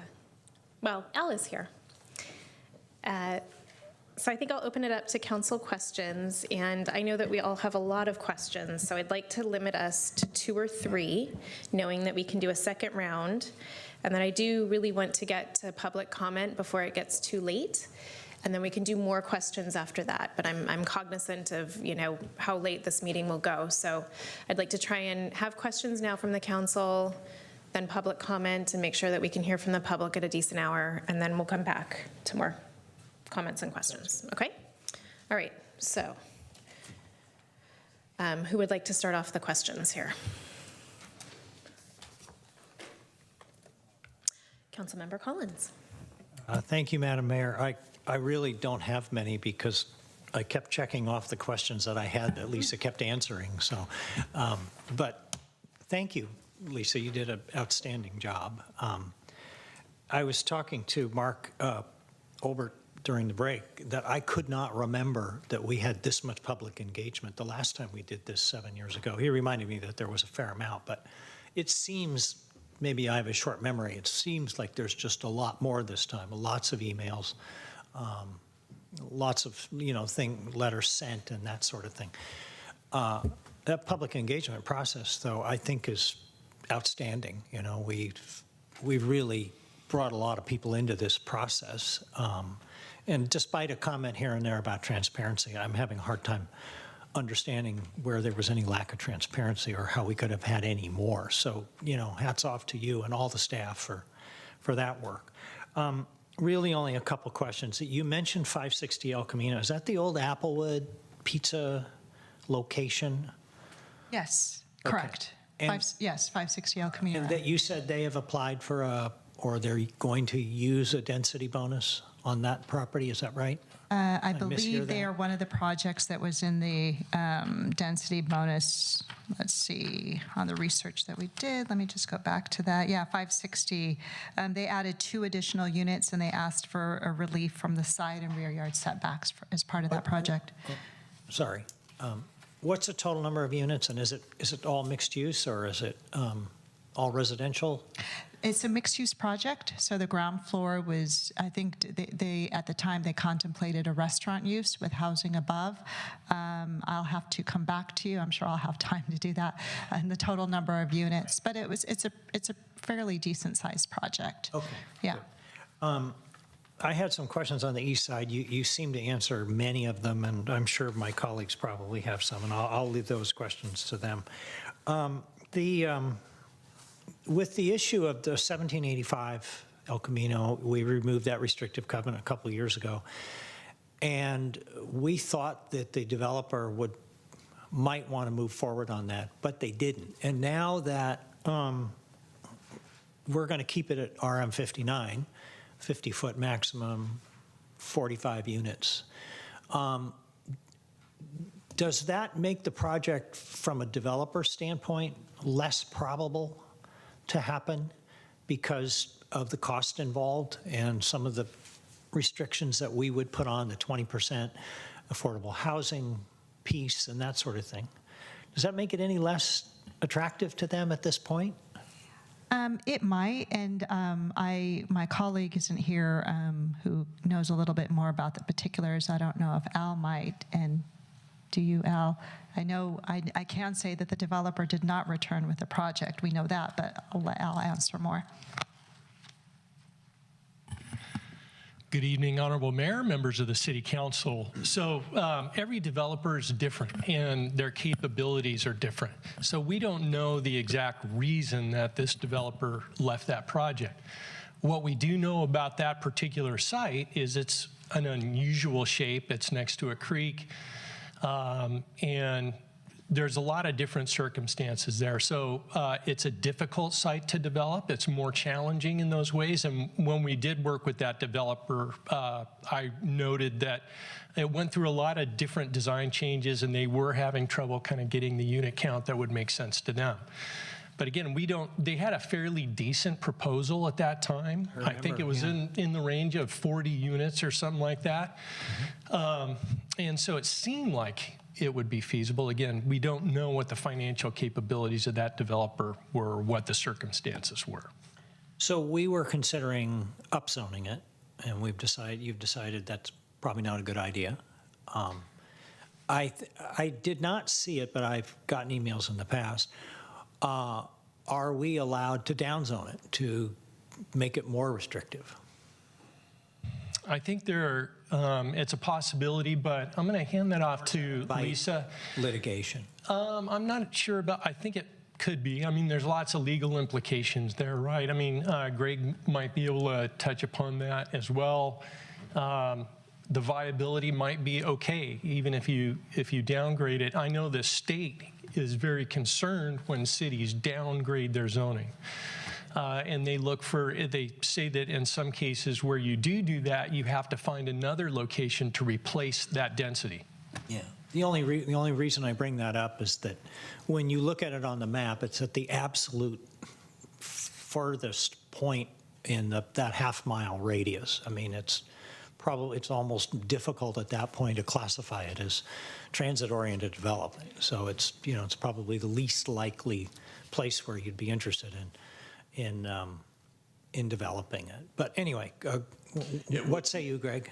We'll review, but I think there's a recent state law that prevents us from downzoning properties that are zoned for housing. So I'll have to look at the precise answer for you, but I think there may be that may have already been thought of in Sacramento. I asked the question specifically because we do get those questions from time to time, and I like to hear it from the people who know. So may I check with our consultant, Genevieve?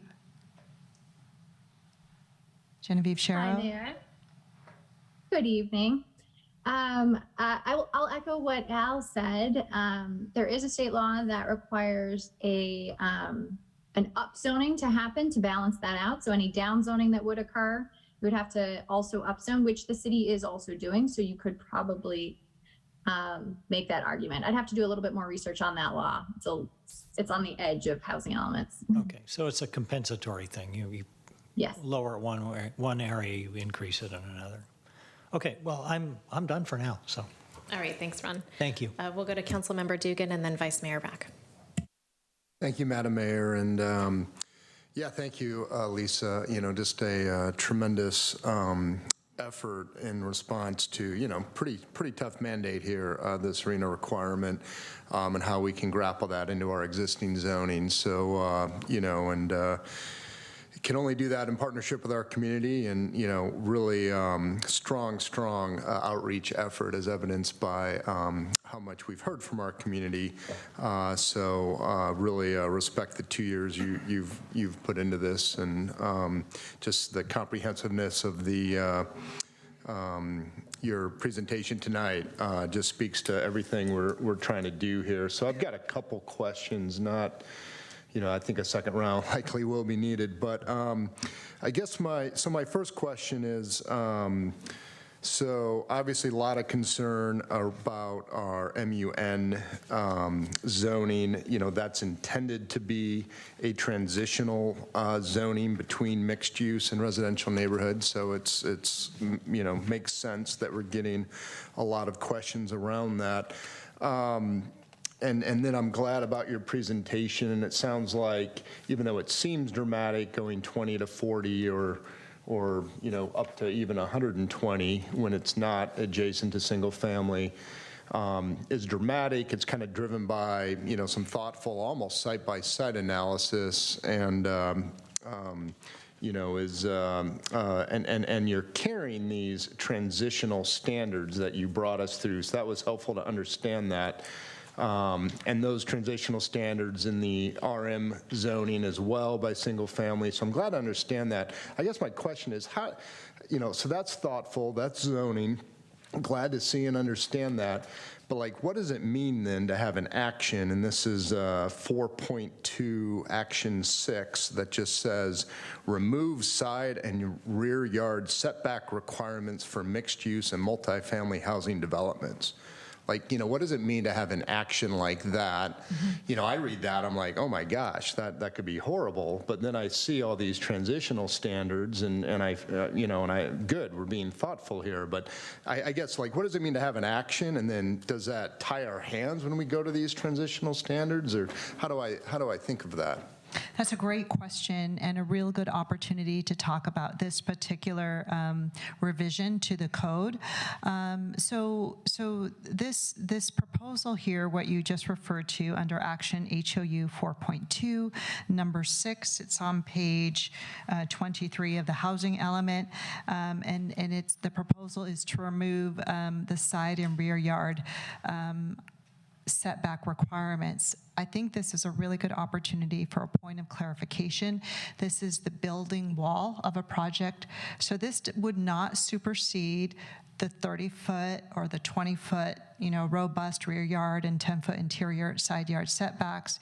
It really has to do with the building wall, where there is an opening for a window, a bedroom window or a living room window or sliding glass doors. Basically, the current code calls for stepping in that wall, an additional 5, 10, or 15 feet, depending upon where that room is. So as you can imagine, there's a unit, and if there's a bedroom on the side yard, then that bedroom needs to be pulled in a certain distance from the side yard. It doesn't. Okay. So these aren't lot setbacks. These are the building wall setbacks, and I think that could be better clarified than the way it is written now. But that's what that is intended to do. It wouldn't supersede the rear yard setbacks that I just described earlier. Got it. Thank you. Yeah, it's more the building wall. That's a good answer. And if I was confused, we probably do need to clarify that language just a bit there. And so all this thought and effort in our mixed-use transitional zone, and I was just curious, we're making no change to our mixed-use, the MUSA, which is our station area zone, intended to provide for transit-oriented development to support vitality around transit centers. Right around our train station and right in the El Camino core. I'm just curious, why would we make no change to that and keep that at 50 units when we're doing all this dramatic change in most of the other units or most of the other zones? If the MUSA is referred to, I'll try to catch up with you here. But essentially, MUSA station area development is one of our current zoning designations for the area where the Transit Village has now been developed. The Transit Village was developed under a planned development plan.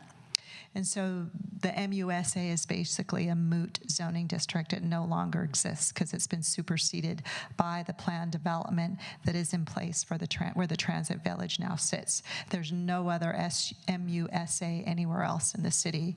It has been built upon. Okay, I mean, I guess I didn't realize the transit, I mean, this district goes basically from Hull all the way down to Morse. I guess maybe the strips end up so thin they're not really developable. So I'm sure you looked at that. I had that question, so thank you.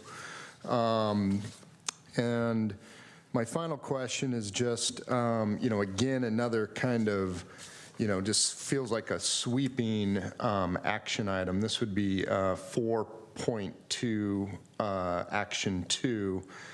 Remove requirement for ground floor non-residential uses along El Camino, Old County, and East San Carlos Avenue. And, I guess that strikes me as pretty sweeping. I mean, I want to make sure whatever we're doing here is kind of consistent with, kind of healthy zoning, I would say. And I always view mixed use as the opportunity to get people out of cars, better for the environment, better for transit and parking impacts, meets several of our goals when people aren't in their car. And removing all ground floor non-residential uses from along El Camino, that strikes me as pretty radical. And I guess my question would be, why would we want such a sweeping action when, we're in the midst of a downtown specific plan that includes, most of El Camino, an awful lot of El Camino? It just feels like, why would we want to preempt the thinking we might put into that? Because there's a lot of ways to be thoughtful. Maybe we don't need all first floor retail in those kind of developments, but maybe some, right? And I just, I guess my question is, why would we have such a sweeping action, and is that necessary for this housing element? That's a great question. The code currently allows for a 100% residential project in certain areas, and it's very specific. There's a lot of notes and caveats to that. But in this particular recommendation to remove that mixed-use requirement was in recognition that El Camino Real is quite a long corridor, and we've seen cases where developers would put in a very small component of mixed use, say like a 600 square foot non-residential component, in order to get the zero side yard setbacks. If you're doing a 100% residential project, you have to comply with RM 59, which requires front, side, and rear. So the purpose of this particular requirement was to open that up and to allow residential projects to be completed. And I'm going to defer to our consultant, Lisa Brownfield. If you're listening, this is something that we talked about with our consultants as a means to open that up. And during the course of conversation, it was one of the things recommended by them. So Lisa, if I could maybe have you expand upon that, that would be helpful. Certainly. Hello, Mayor and Council. Lisa essentially summarized it correctly. When we were talking to the development community and even some of the nonprofit developer community, they talked about requiring non-residential on the ground floor was actually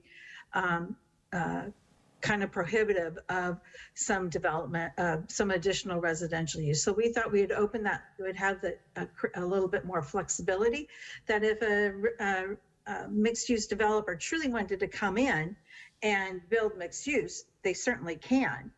And that would be encouraged, but we don't want to require. We want to maximize the flexibility to allow the market to take place over the next, particularly over the next 8 years, and of course over the next 20 years beyond that.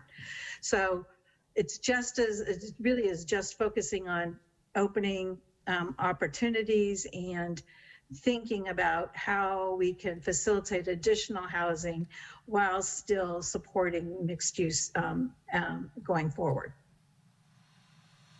Okay. And Councilmember Dugan, Al would like to add to that. Appreciate that. Good evening once again. You brought up an important point, and I think something that we should consider, and that is that the downtown specific plan will become new zoning. Once that's adopted, and you're right, it encompasses a fairly significant distance of El Camino Real and some of the other side streets in the downtown area. And so even if this goes through, that specific plan could rezone those areas in terms of the specifics for things like ground floor retail, what uses might be a good idea, what kind of mix of uses and things like that to activate the ground floor in and around El Camino and our downtown. So I think that that's something that we should consider and know that that is a possibility for change, and that we should explore these ideas in the specific plan process for downtown. So having this as part of our housing element, that doesn't restrict us when we get to our specific plan? This is a policy document, and if you take a closer look at the zoning, I think you could probably align it with that, with the policies in the general plan. And we can take a closer look at that in the next couple of weeks.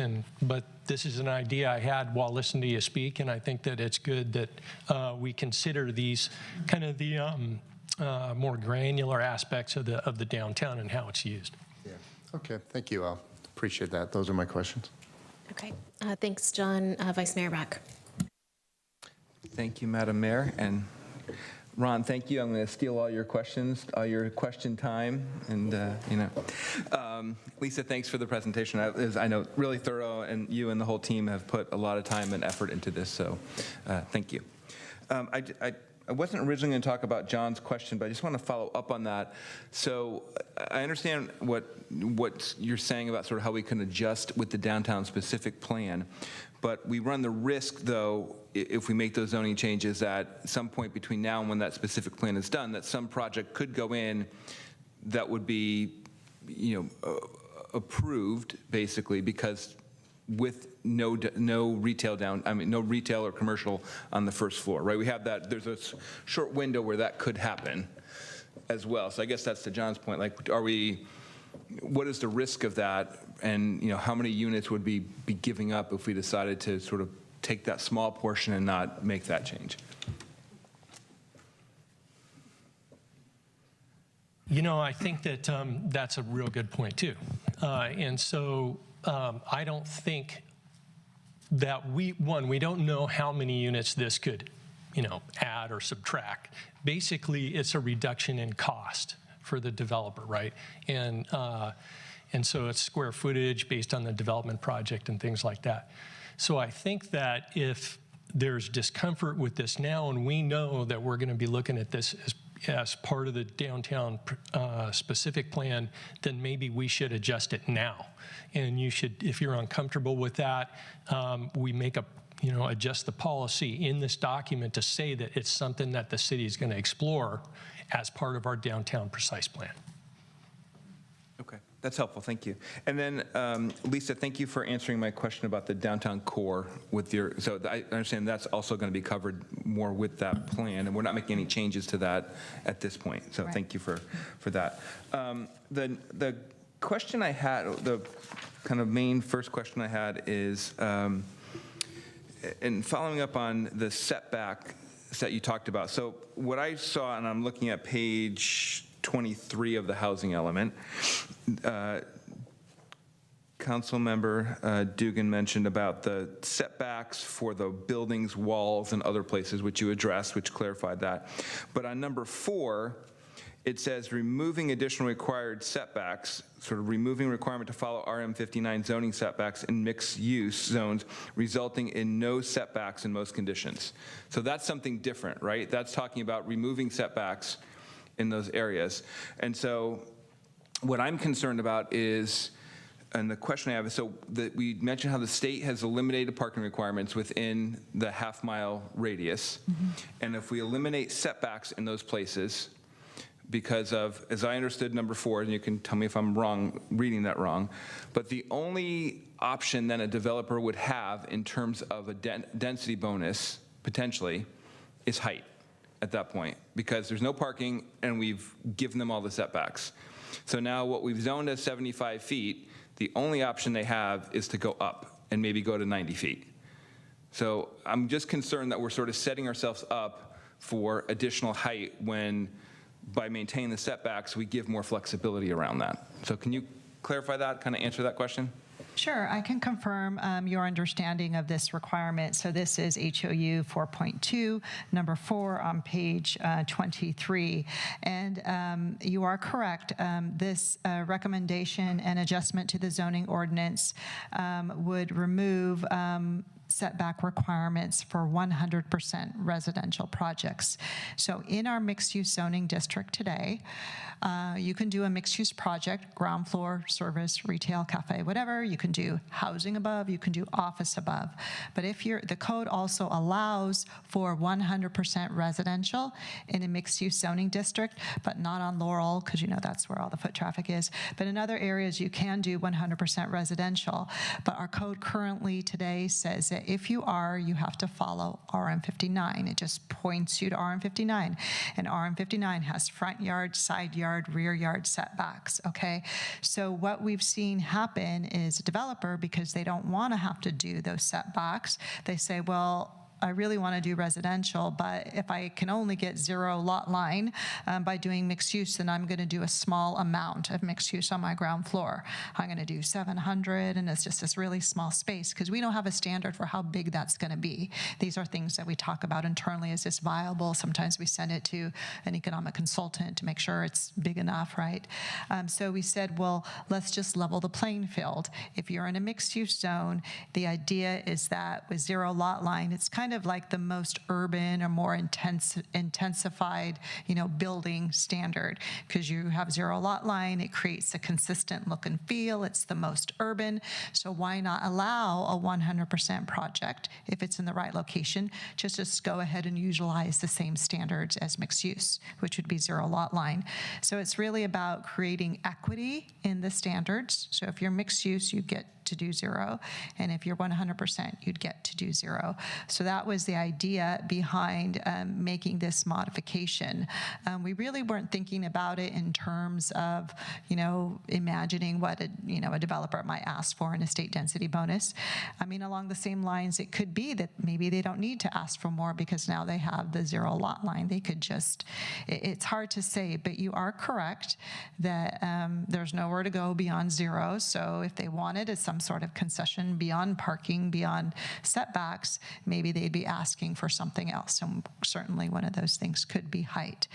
So I would say your understanding of it, I mean, I wouldn't disagree with it, but it's, I guess that's your comment. I don't know if there's a question there, but clarifying. With the parking requirements going away, and if we were to go to the 0 setback, to me, we should rethink the height on those areas, because we're more likely to get the 90 feet, which you sort of laid out earlier that the community doesn't really want, right? Versus going to 60 feet and ultimately getting 75, which the community was comfortable with. So I'm just trying to think where we're going to end up with this because of some of these changes. So I feel like and I think the Walnut Street project that we approved that had extra height, there was 0 setback over there, and they went for height, if I recall, because that was part of the issue with the residents next to it on both sides. So that's their alternative, and we're now, I think, setting ourselves up for 90 feet all over in these places. Okay. Yeah. Well, hard to say if developers are going to go, higher if they get if they get more square footage in more leasable or sellable area, they're less likely, I think, to go higher. We're seeing the reduction in parking, like we, as a city, require guest parking. We consider guest parking, that's gone. The developers will now have to provide parking based on market dynamics and what they know about the market, right? So they're less likely to do the guest parking. And that's a cost savings for them. So the setbacks and we're seeing the setbacks, the reduction in parking, actually, things are getting a lot better for economics for housing developers. Going higher, it's a possibility, but it costs more to go higher too. The higher you go, you might end up in a different kind of building code, which adds to construction costs and things like that. So we're not seeing that on the whole that state density bonus equals height. In fact, as our own case study showed, 3 of them, I think, out of the 4 were other things. 1 was for height. 626 really did it because of the BMR requirement. The reason that they went higher is they were struggling with their ability to finance the below market rate requirements, and that's the only way they could make their pro forma work. So in that case, it was something totally different than you would anticipate. So it's very difficult to predict. Right, but I guess, so I appreciate that, but what the examples that you gave, the 3 of the 4 you said were other things, they were things that we are now no longer apply. So the only option that that developer has, now I understand they may have more setbacks, so they may need to do anything, I get that, but there is, they now have only one real option if they take the density bonus, and that is to go up. Right? I mean, if they want to do that, because we've already upzoned, we're going to upzone potentially, we got rid of setbacks, and there's no more parking minimums. So they are free to do all those things, and if they want more units, and they can by right through the density bonus, if they follow the affordable housing, the only thing they can do is go up. So they may choose not to because of cost, but I just think we're setting ourselves up for increased height in all these places. Okay. And so I'm just concerned that that's the approach, given where this direction is going. I'm not saying I'm opposed to making changes to the setbacks, but if we do that, then I think we should make compromises on the height. That's just kind of my take on that. Okay. I'll hold back on my other questions. Thanks.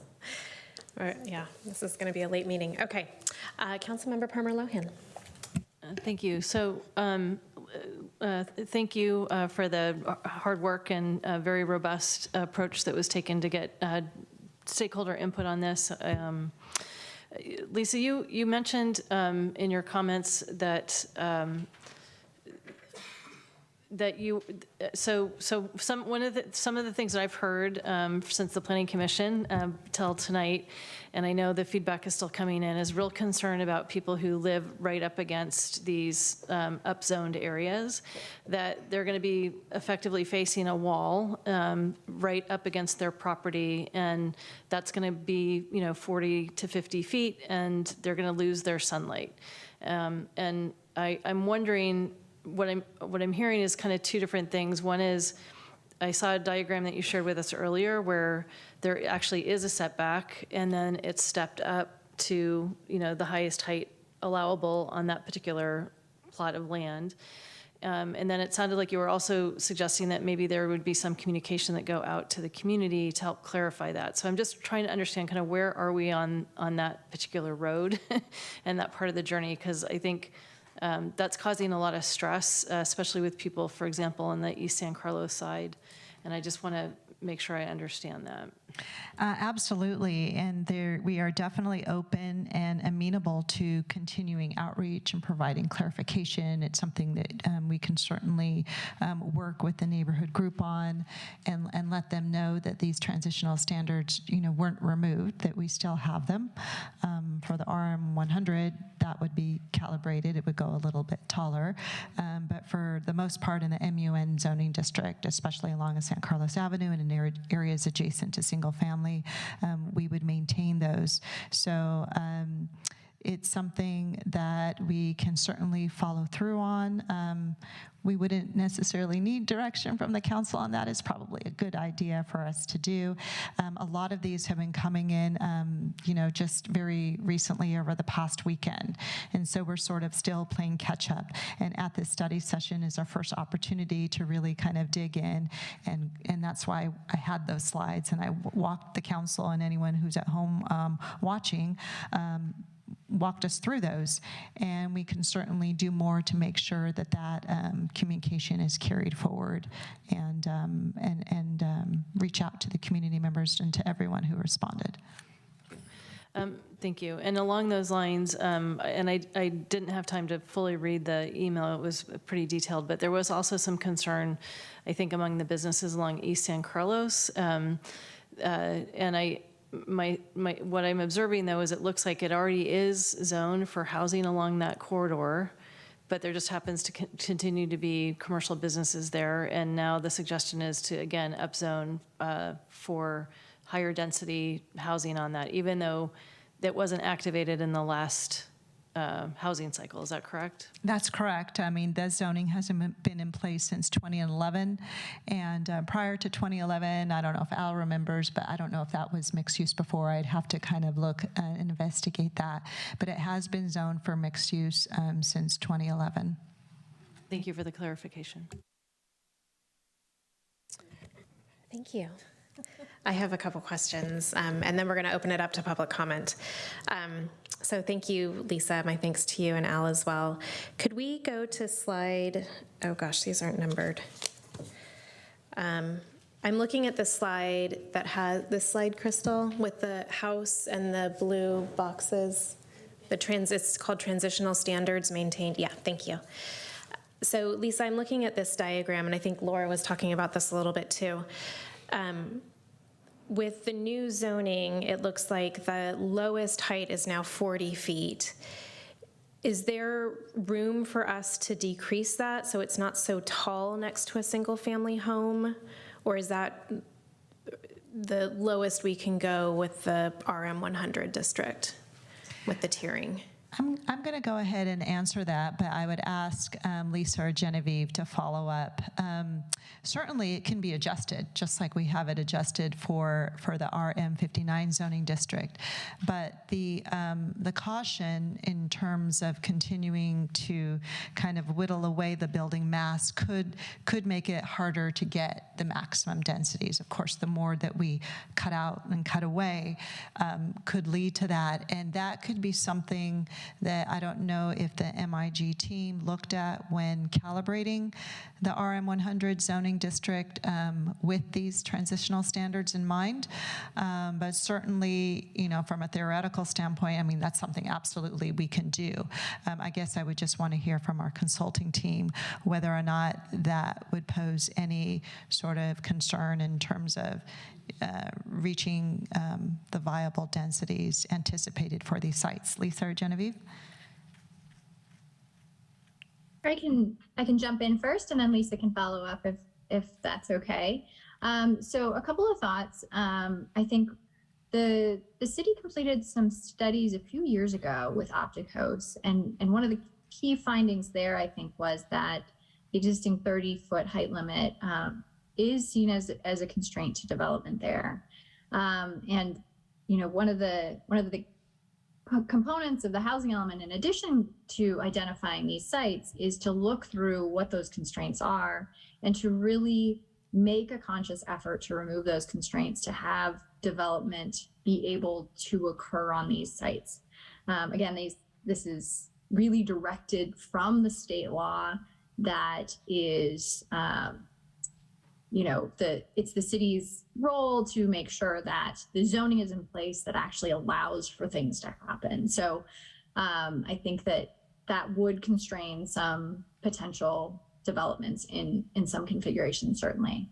I think there's also the potential that even if we did put that in, and I might defer to the city attorney on this, but I believe, if the general plan designation allows for that higher density and a developer in a particular site is not able to achieve that, the general plan would trump any specific constraints that occur on that site. I think the principle there is valid, but we look at all the policies to try and support a zoning ordinance. So there might be a way to have a valid zoning ordinance that has a little less density there, as long as we can make that consistency finding. Okay, thank you, Greg. I'm gonna flag that for discussion later.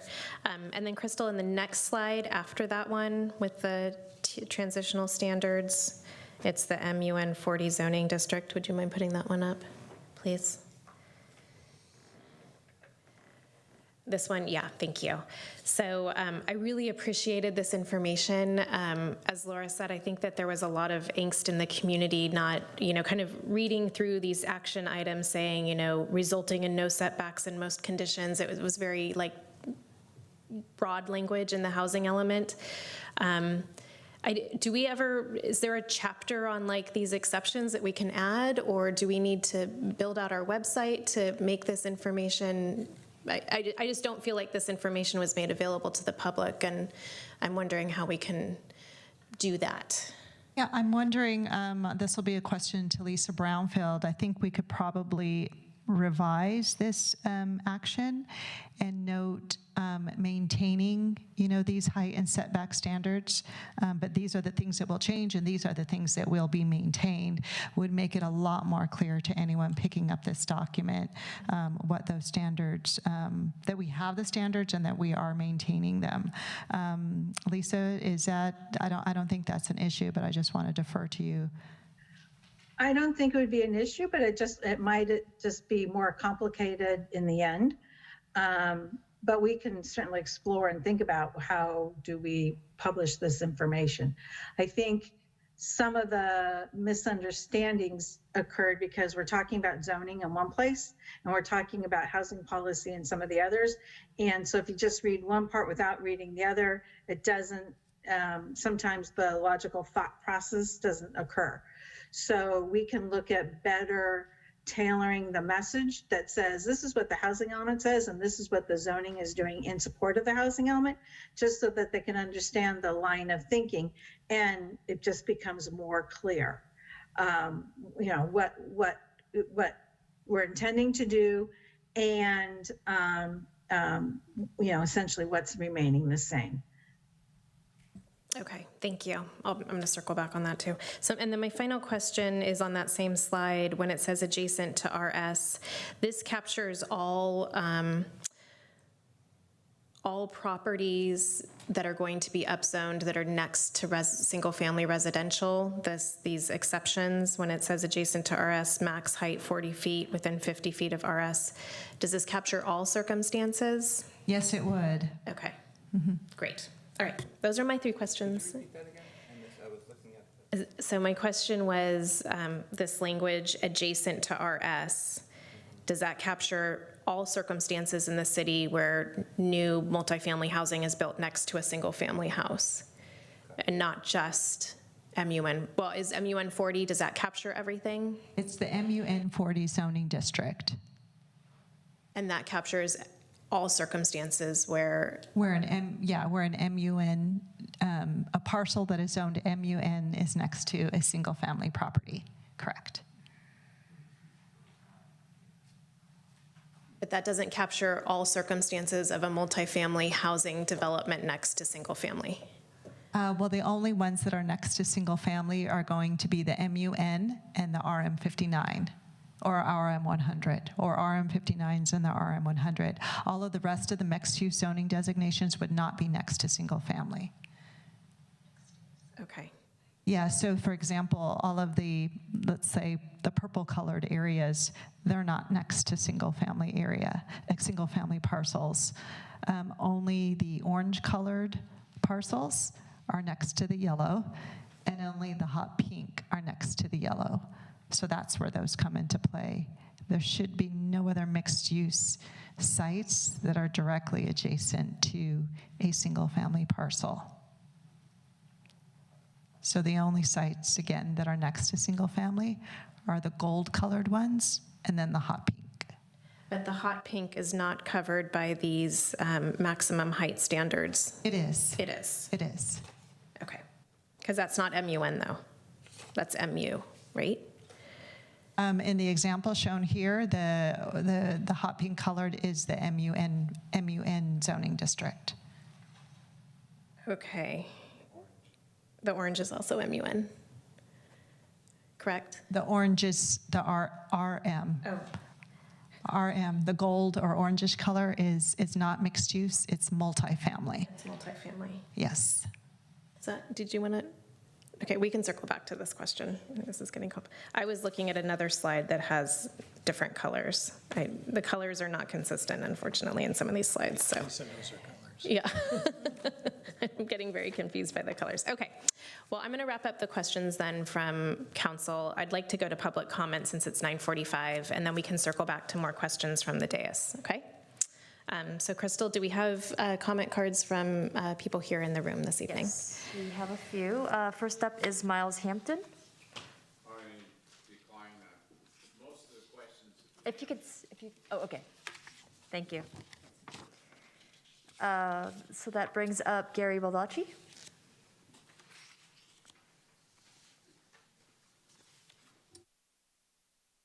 Good evening, Madam Mayor and city members.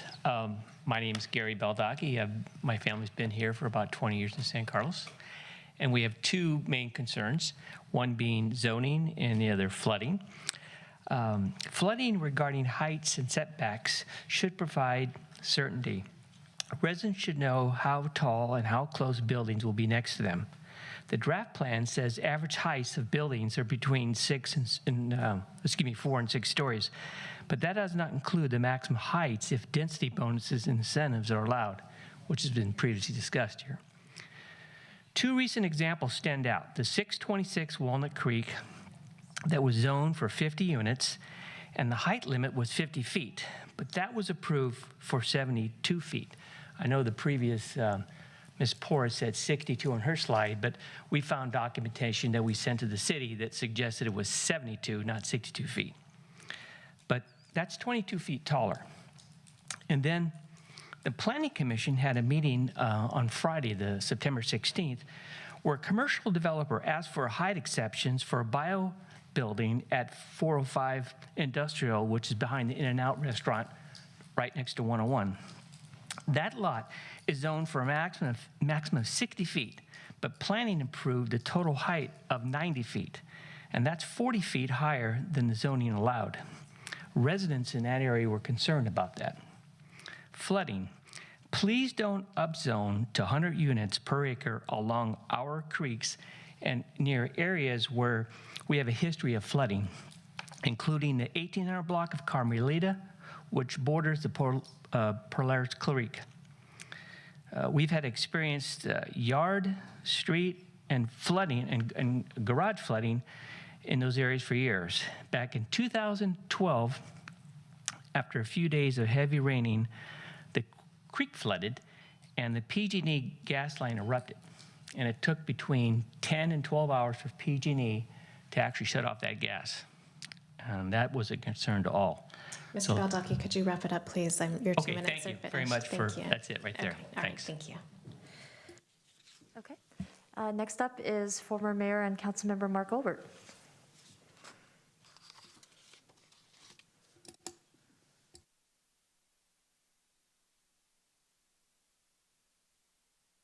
See whether my contacts work on this small screen. Thank you, Mayor McDowell and the rest of the council for letting me address you. In the interest of time, I am going to pose questions with minimal explanation. Please feel free to contact me to learn why I am asking them. Here are the questions. 1, when did San Carlos last meet its RHNA numbers? And by meet, I mean meeting or exceeding every RHNA income category. 2, given my recollection that we generally do not meet our RHNA numbers, what type of failure analysis was done to determine why the current housing element failed to produce the desired levels of housing? 3, how are the proposed regulatory changes being validated against real-world results in other communities which pursued them? Because take it from someone who spent his private sector career building financial models. Any model with more than a handful of assumptions can pretty much prove any desired outcome. You have to validate against comparable empirical data. 4, have local or regional developers, particularly multifamily developers, weighed in on whether the proposed changes will lead to enough construction to meet all our arena numbers? 5, what procedures, follow-up review dates, et cetera, will be put in place to monitor the proposed changes to ensure we stay on track to meet our arena numbers? 6, what will constitute a large enough shortfall in housing stock expansion, at what RHNA income levels, and at what point in time to trigger action by the council to consider further regulatory changes? A final comment. Many references were made tonight to whether or not targets can be met. That's not the right perspective. The real question is whether the targets will be met so as to mitigate the current crisis undermining the quality of life of the people who happen to make our community so successful. Thank you. Thank you, Mr. Olbert. Next up is Louis Boris.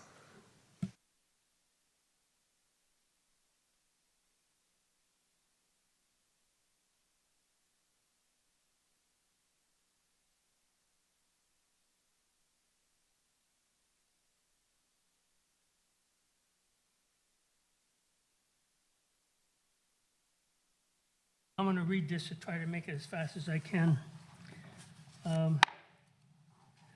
Honorable Mayor, Vice Mayor, members of the City Council. My name is Louis Boris. I'm 91 years old. I bought my house on 1828 Carmelita Drive in 1956, 66 years ago. I've seen a lot of changes in San Carlos. I've been up here talking about some of them. Tonight, I thought I wanted to address the proposed apartment building, 1785, on the 1785 area there where the dental building or the office buildings are. It's the corner of San Carlos Avenue and Cordilleras. I would like to get some clarity on proposed building sites. Are they building apartments or condos? And under the height limit, unless there's a density bonus, I understand it's 4 to 6 stories or 6 to 10 stories. Want to change to 59 units to 100 units. The entrance on San Carlos Avenue onto Carmelita is very narrow, and it's posted with a sign saying road narrows. It's not a 90-degree turn coming in. You got a zigzag around there, and if you look at the curbs, you'll see a lot of nice tire marks and everything on there, because there's not even any reflectors there for people to see when they come around the corner, and there's no lights there. I mean, the only light is in front of my house down on the end of Carmelita. That's a dead end down there. With that, my question is exactly where is the exact lot as the exact lot where they're going to build? Because my understanding is the Murray House, which lives in the corner of Carmelita and San Carlos Avenue, is owned by the Murray family from San Carlos Avenue across the creek to Carmelita Drive. They purchased the lot right there on the corner. That's on the other side of the creek. They actually made a purchase on that lot. So they own it from Carmelita up to San Carlos Avenue. Mr. Boris, can you wrap it up, please? I'm sorry, your 2 minutes are. Oh, Jesus. have ended. Is it 2 minutes already? Yes, sir. You have one more sentence to conclude? I have one more page, but I don't have one more sentence. Okay. I went to the corner of Carmelita and Alameda, and they have an intersection there, and it's left-hand turn and right-hand turn. They can't make that same thing in San Carlos Avenue without going into the medical building. This project will be right next to a single families and automobile congestion coming out onto San Carlos Avenue at 7:30 to 9:30 in the morning would be tremendous. A stop signal on Cordilleras wouldn't be good because there'd be traffic backing up on San Carlos Avenue. Thank you, sir. I don't know what the answers are, but I post those questions and I'd like some consideration. Thank you. Thank you. Thank you, Mr. Boris. Thank you. Next up is Sean Peters.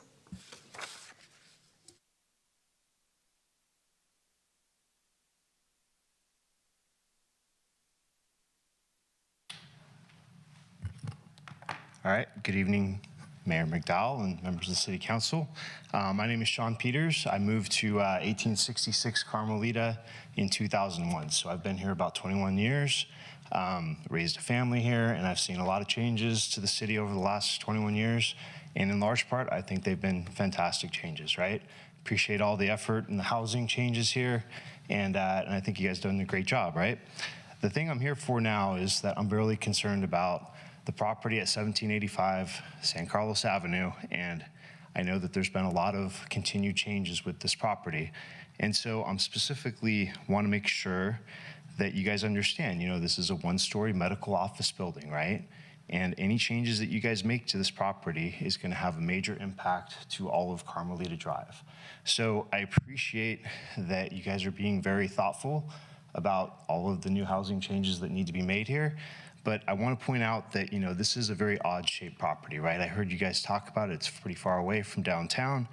And the fact that it's on the creek there, the majority of the property borders the creek, right? So it's important when you keep, I want to make sure that you guys maintain that 25-foot riparian setback. Don't make any changes to that variance, please, especially as you guys look to develop that property.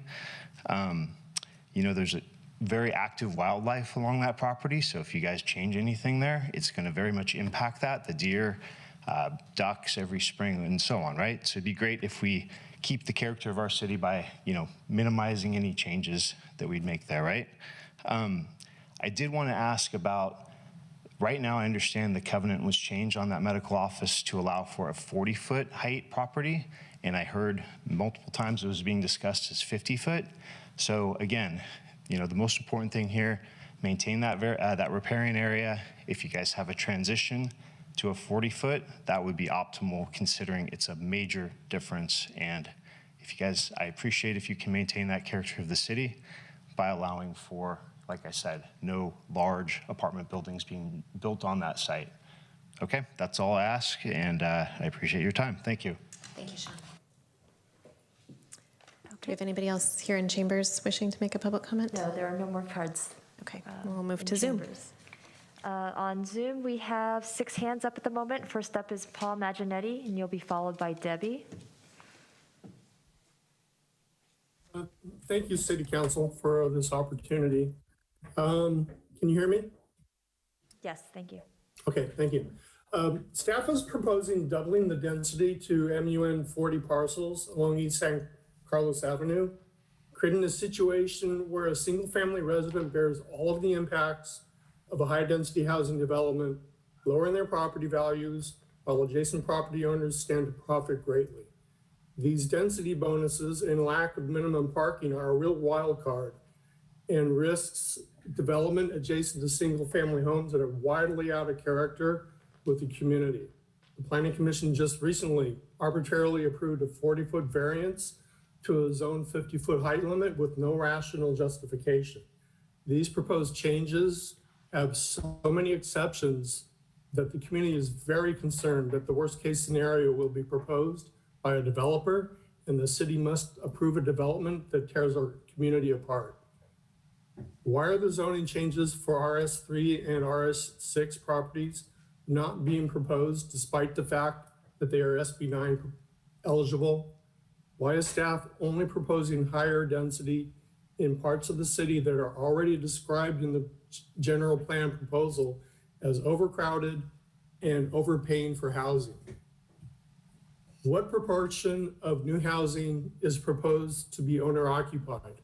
Owner occupation promotes financial independence and more stable neighborhoods. Why is the underutilized airport property not being considered for changes under the general plan? This property benefits a tiny minority of special interests for the most unsustainable use possible. This represents acres and acres of land that could be better used for housing in an area already central to multiple transportation opportunities. This property alone could satisfy current and future housing needs for the city and for the county for decades to come. If we are serious about affordable housing, this should be on the table. We built housing on a public railroad right away. This is no different. So again, what assurances do we have that the housing element of the general plan will even be followed. Thank you, Paul. Again, these density bonuses and lack of minimum parking are a real wild card. Thank This you. Your time. creates a housing has element that thank really you, puts Paul. us at risk. Thank you for your time. Thank you. Debbie, yep, you're up next, and you'll be followed by Greg Walker. Thank you very much for all your comments and questions tonight. Really appreciate the questions raised by Councilmember Rack about the possibility of 90-foot height limits. And I'd like to just talk about that for a minute. The state has already eliminated most single-family zoning with Senate Bill 9 and 10. And we'd ask you to please don't go even further and effectively surrender all local zoning control by instituting changes that will require you to grant mandatory density bonus concessions. And when you double the zoning, that's what's going to happen, because as Councilmember Rack pointed out, if they've already got setbacks in parking, the last hill to die on, so to speak, is height, and that's where you're going to see it. And then also think about the minimum density that you're proposing of 75%. So that's going to make it impossible for the developer to go below what number they would want to go below, because there's minimum density. And then the last thing I would say is all the charts that you're going to put out there and show people what the transitional standards are, the setbacks and all that, those are meaningless because they do not include density bonus. So for every development where the heights are going up and the setbacks are gone because you have to do it because of density bonus, people will remember that the reassurance was made, no, these charts are reliable and you can be sure that it's not going to be more than 50 feet. And then I would just join Sean Peters in having been at that 2019 meeting about 1785. It's my understanding that the height restriction on that is 40 feet, not 50. So, and I join him in asking for please don't allow exceptions to the 25-foot creek setback for flooding control and wildlife. Thank you. Thank you, Debbie. Next up is Greg Walker. You should be able to unmute, and then Ben Fuller, you'll be following after. Thank you. Hello, my name is Greg Walker. I live on Cherry Street in the greater East San Carlos area. I've lived here for about 15 years, and I have a vested concern because I'd be able to see the buildings proposed on San Carlos Avenue from my backyard. I mean, first, thank you to the council and team. I know you spent many years to come up with this plan. It's being driven by the state, and we don't have a lot of spaces in the city to make the possible places to put this. But the San Carlos Avenue and the GSC is very narrow, and I'm concerned how the street's going to accommodate this with traffic and lack of guest parking.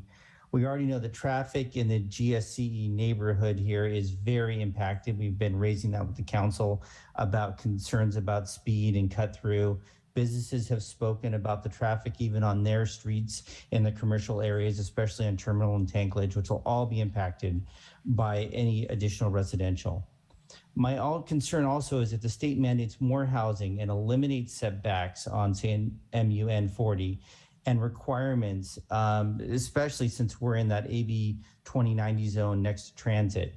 I mean, the lots on San Carlos Avenue are very narrow, and the only way to make that project viable would be to go way up past the 40 height limit, remove setbacks, no parking.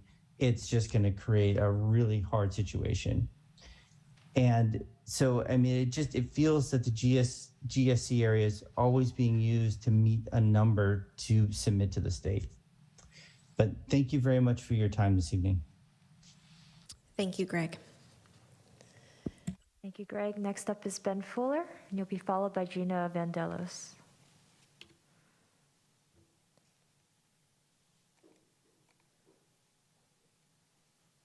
Ben, you should be able to unmute.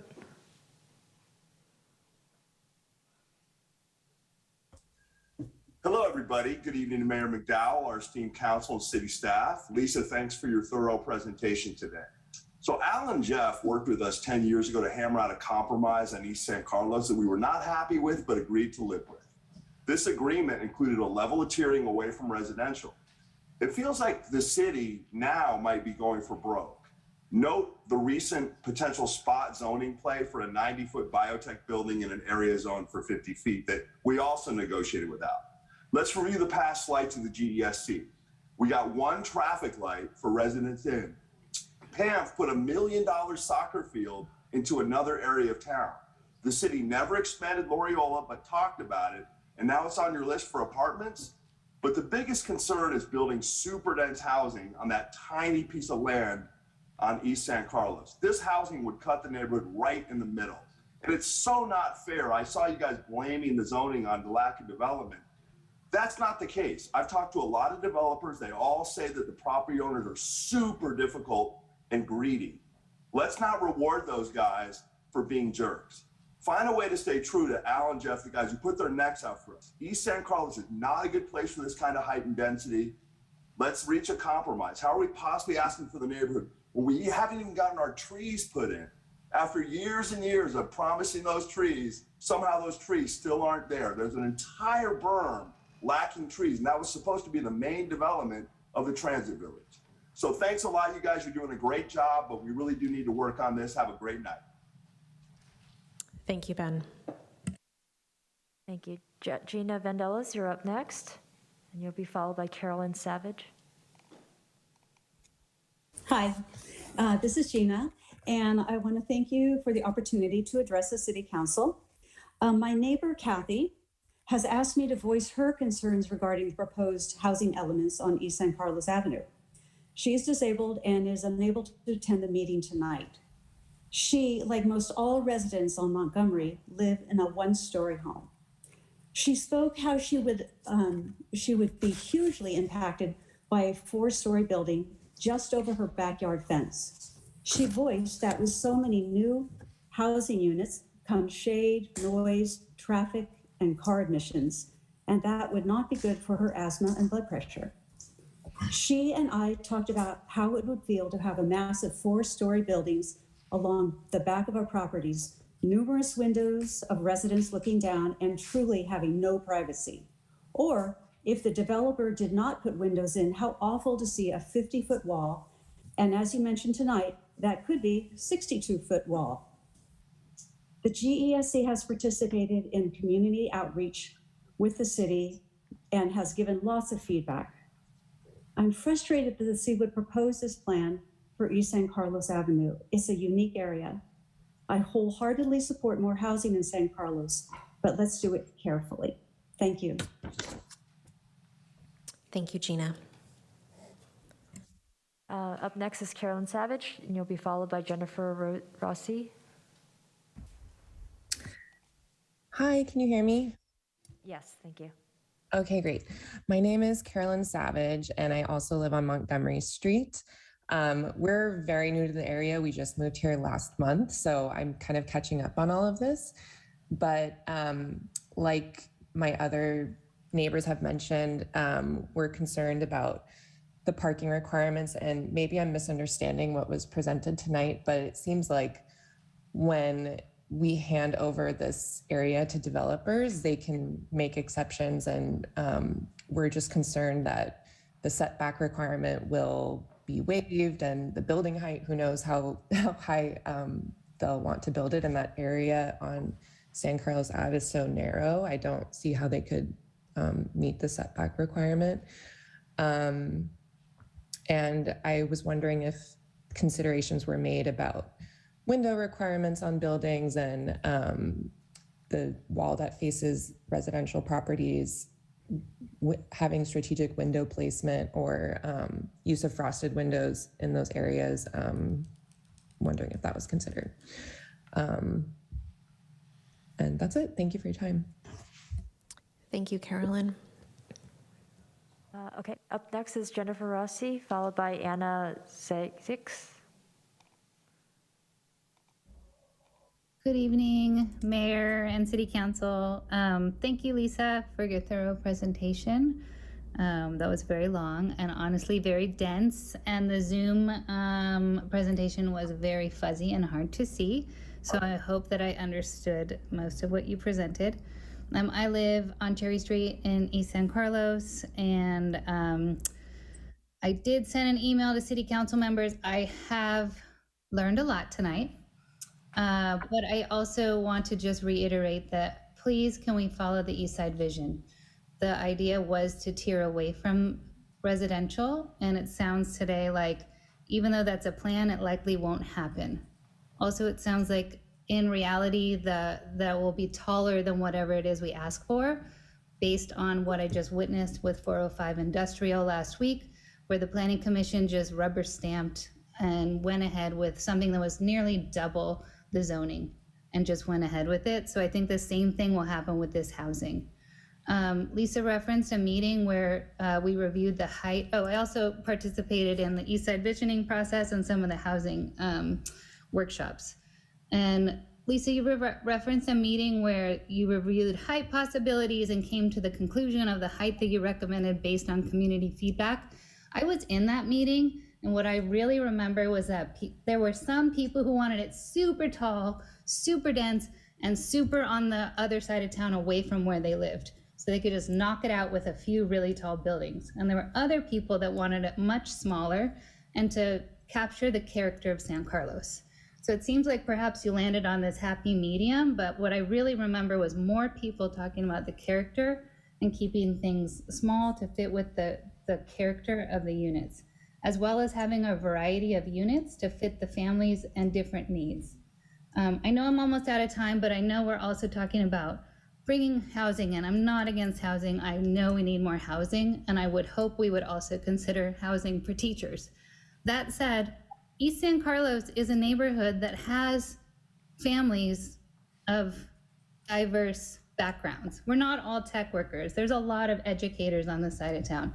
There's a lot of construction workers on this side of town. So please don't sacrifice our way of life to accommodate RHNA numbers. I would like to see things spread out across town. Thank you, Jennifer. Your time has wrapped up. I appreciate your comments. Thank you. Thank you. Next up, we have Anna Zayek, and you'll be followed by Tim Hilborn.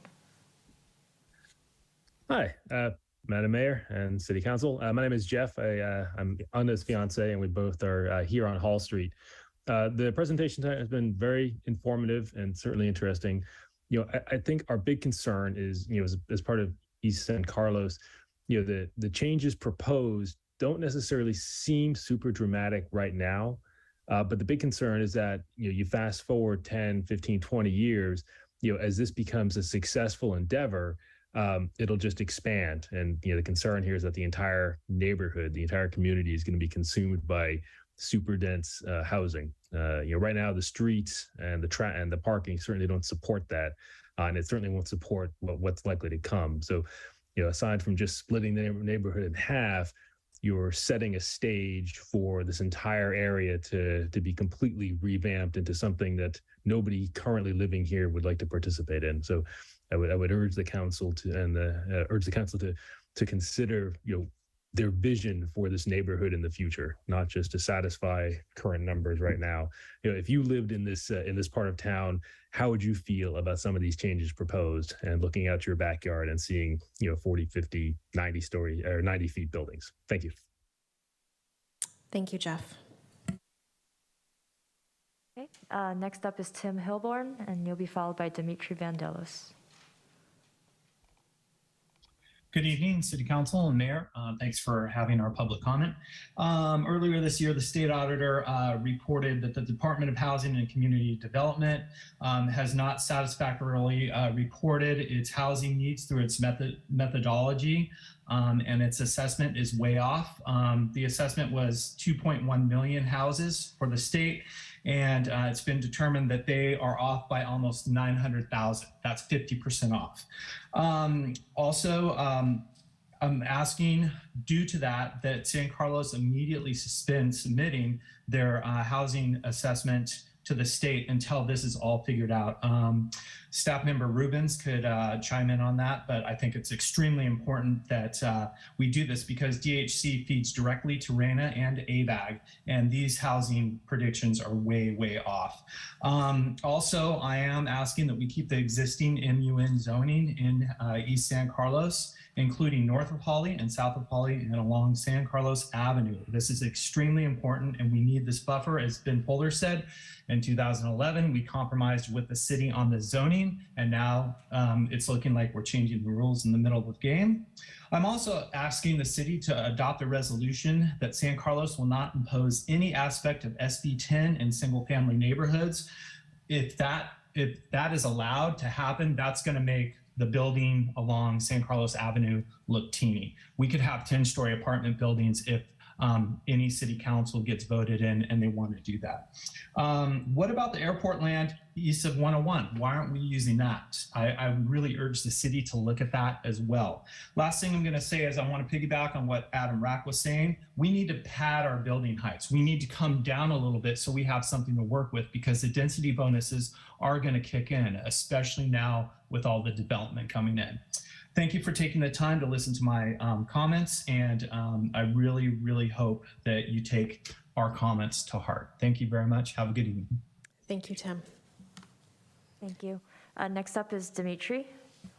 And I just want to let the public know, since Dimitri is president of the Greater East San Carlos Neighborhood Association, since he speaks on behalf of that group, I've agreed to give him 4 minutes instead of 2. And he has a presentation that he's going to make a short presentation to us in 4 minutes. So thank you, Dimitri. Welcome. Yes, hi, thank you. Before you start the clock, I want to thank Council for its really good questions, and thank Lisa for the presentation and some clarifications, although I think there's still quite a bit that's murky. So with that said, let's move to the next slide. As folks have noted, that the community and San Carlos staff, we had numerous meetings to discuss the special circumstances about East San Carlos Avenue, because East San Carlos Avenue splits the residential neighborhood. And what happens is that any development on East San Carlos Avenue impacts residential homes on both sides. So on the Montgomery side, it abuts directly to people's backyards, and on the McHugh side, there's a street that provides some level of buffer, but it's unique to all of San Carlos. So zoning there has to be context sensitive and take that into account. Next slide, please. Even though we were not happy with the result of the current zoning, it is context sensitive.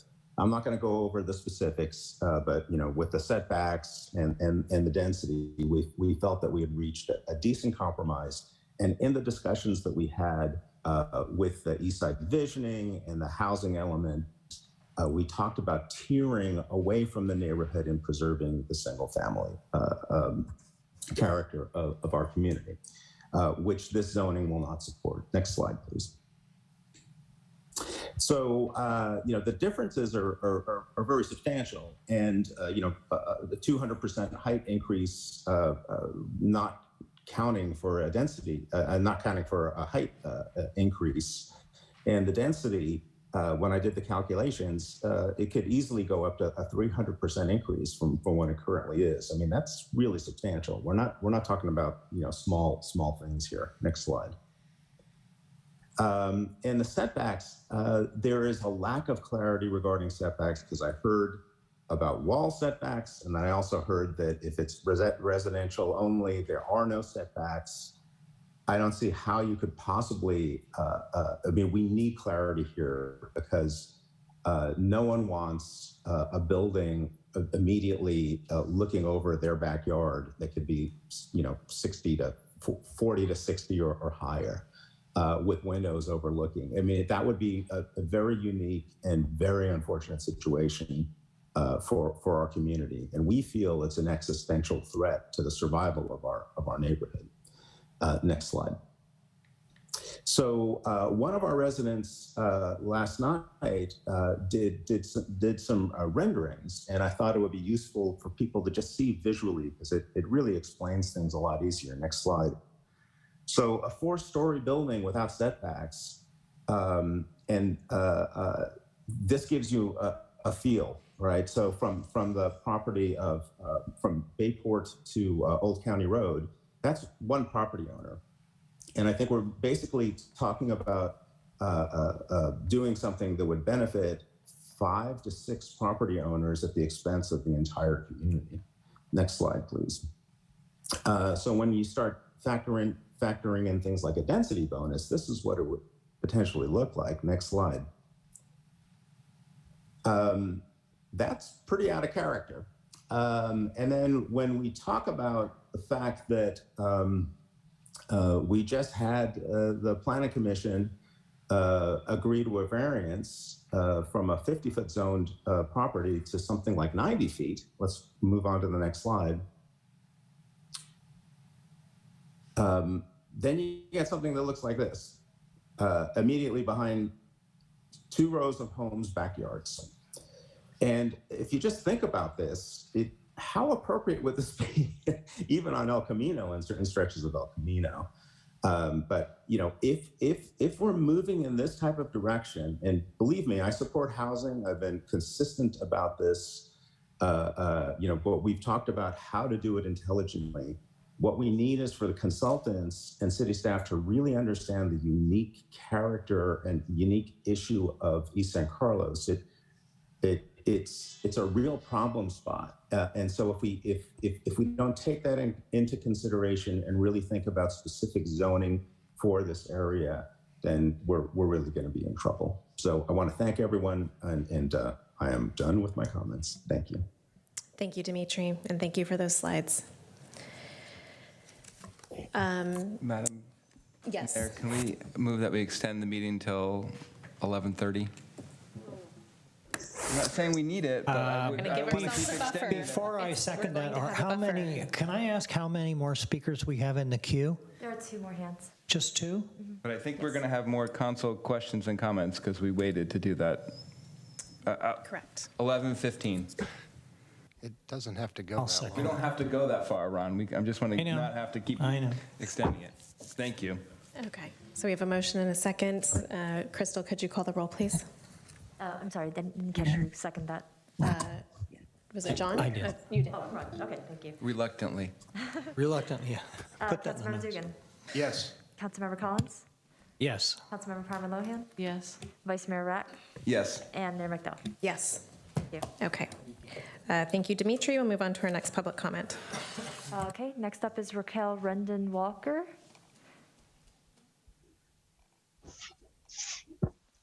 Hi, can you hear me? Yes, thank you. Okay, so my name is Raquel Rendon Walker. I also live on Cherry Street. My comment this evening is, I generally feel like East San Carlos is sort of constantly advocating for itself. 13 years ago, it was about school boundaries, and then it was about improving Loyola Park. And I might be in the minority here in terms of my neighborhood. I don't particularly think that East San Carlos Avenue is all that pretty. I mean, and I live on this side. I walk there with our dog. It needs better lighting at night. It's not very clean. And so in some ways, I do welcome something new to be placed there, but I am concerned about density housing being really tall, and then with the removal of parking with AB 2097, I am very concerned that traffic issues are going to be immense. We've already talked to City Council about traffic and cut-throughs with you before. I think that having density housing with no parking requirements is going to make things even worse. I know that we live near Caltrain, but I generally feel like here in California or the Bay Area, everybody has a car because these trains don't go everywhere. You need a car to get to work. You need a car to get to the grocery store and to do, even to visit family, friends, that sort of thing, to go up into the hills. And so people have cars. And so when you don't have any restrictions, or when you actually say that parking requirements are not going to be allowed by a public agency, that really concerns me. It doesn't give us much leverage. And so I'm just also wondering the same thing that Mr. Magginetti had mentioned, why other areas of San Carlos haven't been considered for a change in zoning. Thank you, Raquel. Considering Your 2 minutes have wrapped up. Thank you. I appreciate your comments. Thank you. Okay, and it looks like the last hand up at the moment is Damon B. You should be able to unmute. Yes, hello, my name's Damon Bellinger. I live on Montgomery Street, and I just wanted to echo some of my neighbors' concerns about the zoning changes to East San Carlos. I was encouraged by the East Side Visioning Plan, which had more like tiered setbacks from our properties in our neighborhood. But this new zoning seems to have too many vague exceptions, and to Councilmember Rack's point, the developments will probably end up going up. And without parking requirements, we already have a pretty big problem with parking in our neighborhood as well as traffic. And that's a pretty narrow street. So I think we'll have, additional traffic difficulties because of that. I'm not against housing, of course, so hopefully we can find some solutions to help maybe spread it more equally throughout the city. Those are my comments. Thank you. Thank you, Damon. Anyone else in the waiting room, Crystal? There are no further hands. Okay, well, I'd like to take a moment to say thank you to everyone who participated in person tonight and on Zoom. I think these are really valuable comments. I'm glad that the community is speaking up. So we will go ahead and reopen it to council questions. Maybe we could start with questions, and I guess if you want to include a comment, we can. I think that based on the public comment, there will probably be a lot of questions. So who would like to kick us off? Vice Mayor Rack. Okay. Thank you, Madam Mayor, and I too appreciate all the comments. Lisa, can I ask just one clarification? I know you mentioned sort of the half-mile zone. Is only transit, is the train station the only piece that counts, or do major bus stops count? How do we look at that? How does that come into play? I have to look at the law, but typically these would include bus stops. I don't know if our city attorney has had a chance to read through AB 2097 or if Al has any info on that, but typically they do consider bus stops with at least 15-minute headways. I see. So sort of major busways, something that comes once an hour maybe wouldn't necessarily It just count in passed, that. and I would like for us to be able to review it to confirm that. But, okay. That's fair. I'd love to just get a better understanding of what we're talking about from that past zoning. laws have included for the bus service along El Camino, where there's regular bus service. So that circle might be a little wider on the representation if those are included. If there depends on the sounds like the frequency might be what we need to figure out. Okay, thank you. I just wanted that clarification. Can you, Lisa? I'm just going back to the slide about with East San Carlos Avenue and the ones for the adjacent to RS, or the MUN 40. So I'm trying to understand if I think you said the new exception would be that the East San Carlos Avenue and the adjacent to RS would be the same exception. Is that accurate or is that not accurate? That is correct. Okay. The setbacks for the rear yard setbacks, the interior, correct. Okay. Correct. With this new proposal. What I'm trying to understand is what this also says is the maximum height of 40 feet within 50 feet of RS.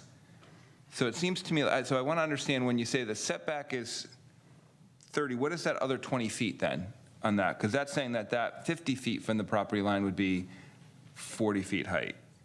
Okay, let me go to that slide. If I understand this document. And you're referring to the RM? Not the RM MUN. zoning, the MUN 40. The MUN 40, Right. okay. Let me get there. Yeah, so when when a building is within 50 feet of the RS property line, a single-family property line, right? The parcel property line. If the building is within 50 feet of that RS6 property line, the building needs to drop down to 40 feet. That is what we're proposing. I see. So is that from, just so I understand, so is that from the 50 to 30, it can be a max of 40 feet? Is that what that says? Or am I not understanding that correctly? Along San Carlos Avenue, the maximum is 40. Right.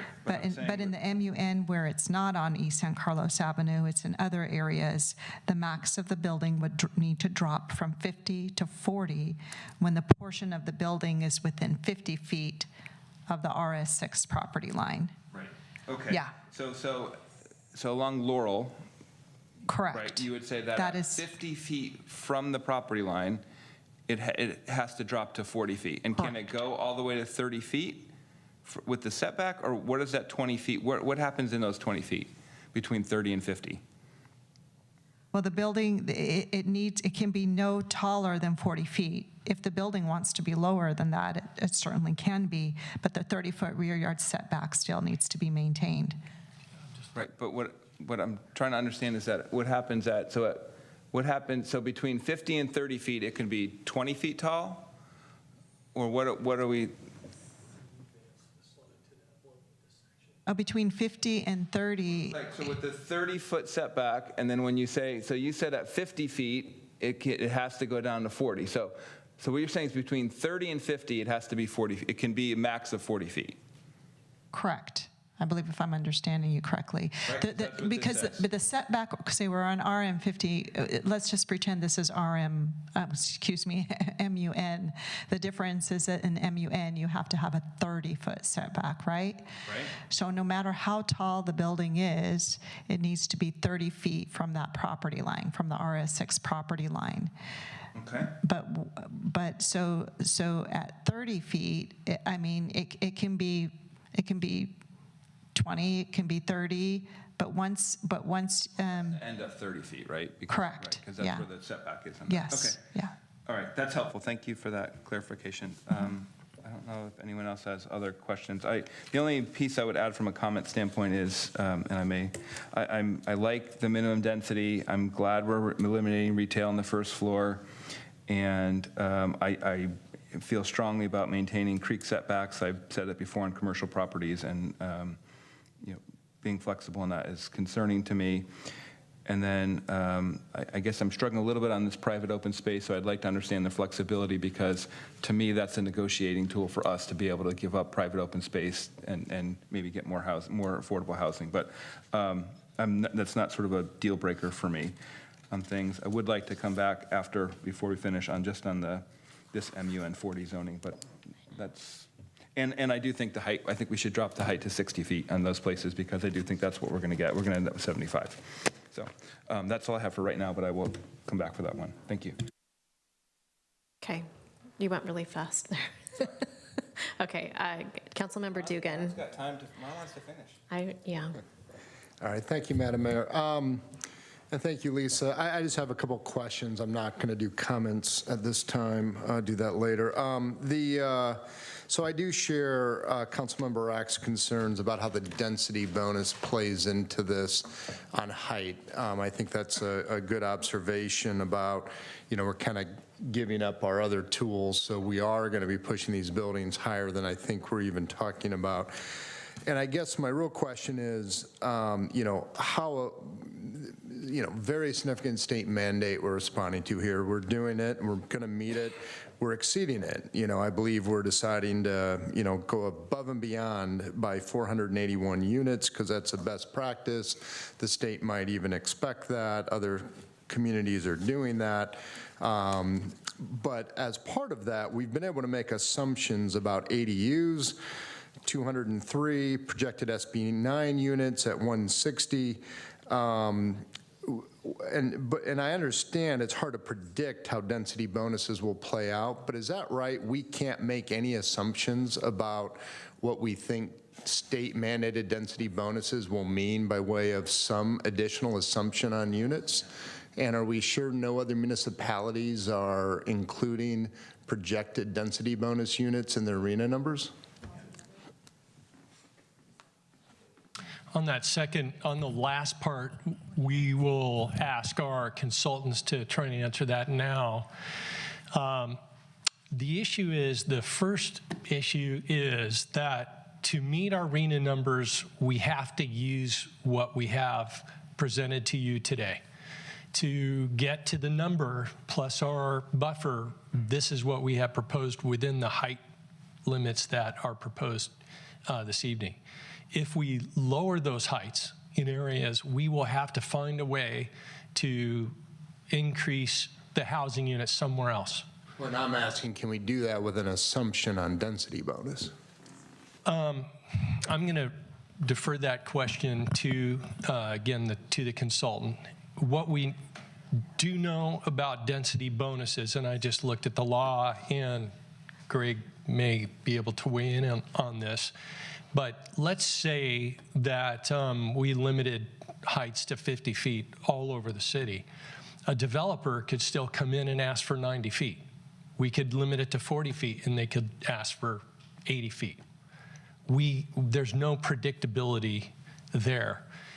What we do know is there's economics, market forces, construction realities, and we probably have a better we could probably get a better read on it by the realities of the marketplace, as opposed to trying to guess on what's going to happen. Because what we understand is they can ask for anything. If they can prove that it makes their project feasible, they can go to 90 feet anytime they want. Whether that's right or not, I mean, I'm sure many of us have opinions about it. So that's part of the difficulty of doing this. Again, that's a very good question to point to our consultants this evening. So maybe Genevieve or Lisa can try that one. Genevieve, Lisa? Hi there, it's Genevieve. So to the question of whether we can make assumptions, including the density bonus, within our capacity assumptions for the housing element, the answer that HCD would give you is no. HCD does not want to see a density bonus being assumed as part of the realistic capacity that we're assuming that would occur on each site, because we can't know that for certain. So they don't like to see anything rely upon that. With regard to the height, you know, there's some nuances that would happen in there that it makes it a little bit more difficult to justify achieving those densities without that additional height. Okay, and we're sure no other jurisdictions are using density bonuses in their numbers? In my experience, in the 50 or so housing elements that I've done, HCD has been pretty clear that we're not allowed to do it.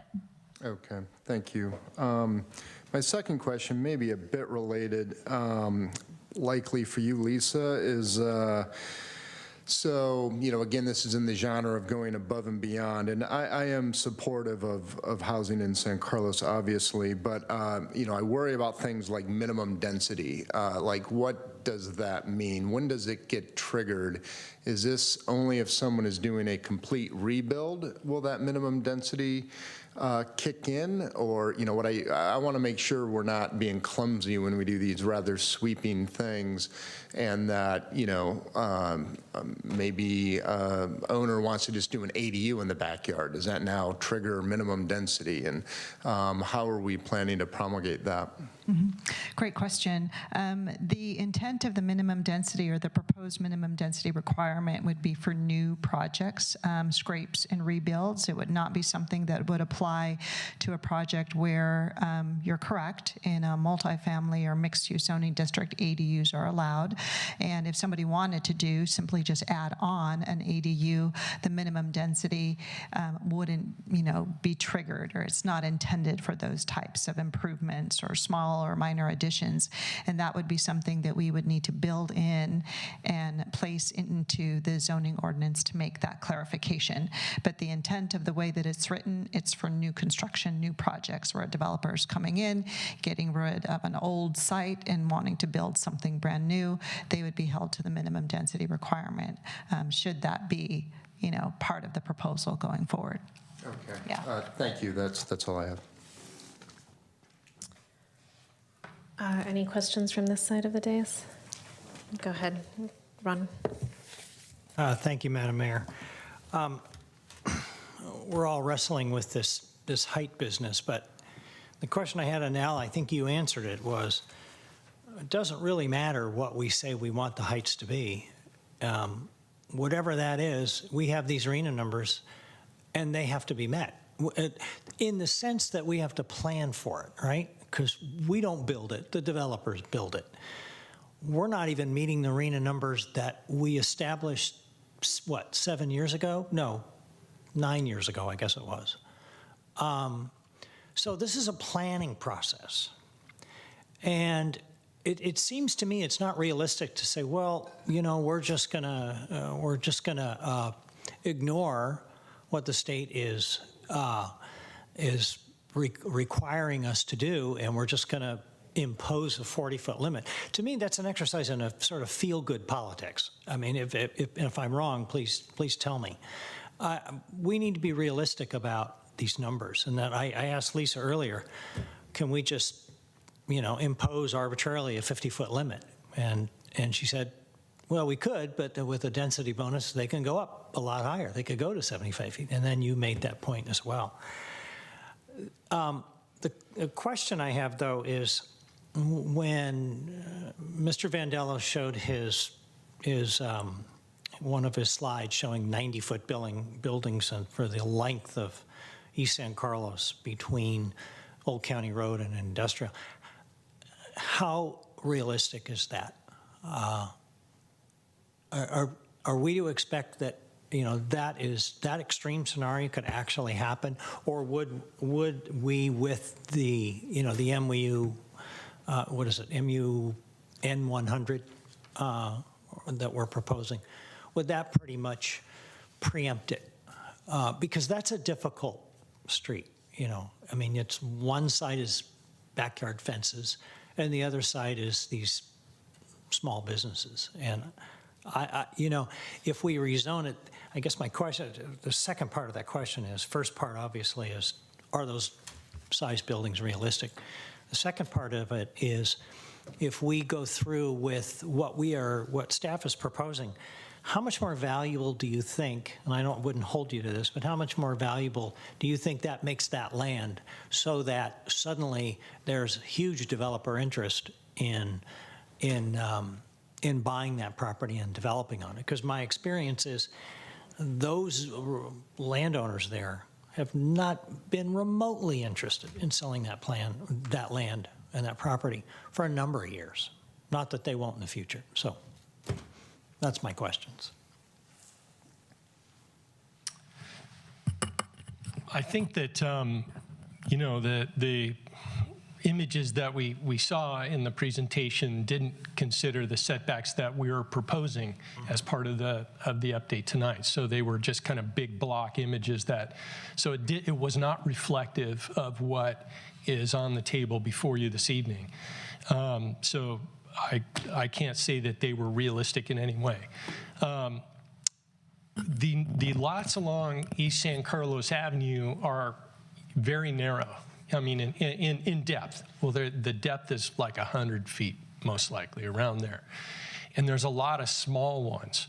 There's one larger piece at the corner of Old County Road and East San Carlos that might be the most viable property. It's close to an acre. But the other ones, again, are very small. A developer would need to put many of them together, really, to make this a feasible development project. So to go to 90 feet, even if a developer put all those pieces together, it wouldn't be, in my opinion, a viable project because of the depth of the lot. It's only 100 feet. It would be an odd building. You still do have to get parking. I mean, it would be a tremendous amount of parking. How could you do it? You couldn't actually put the parking in a building that narrow for that many spaces. You have to have parking as a developer, no matter what. I mean, we've eliminated, the state's eliminated the parking. They're still going to have to build it, and there's all kinds of issues with regard to turning movements and things. So the reality is, would a 90-foot building ever happen there? It's super unlikely. I won't say it's 100 because I can't actually say that, but that's just not economics. It's not construction. It's not the market.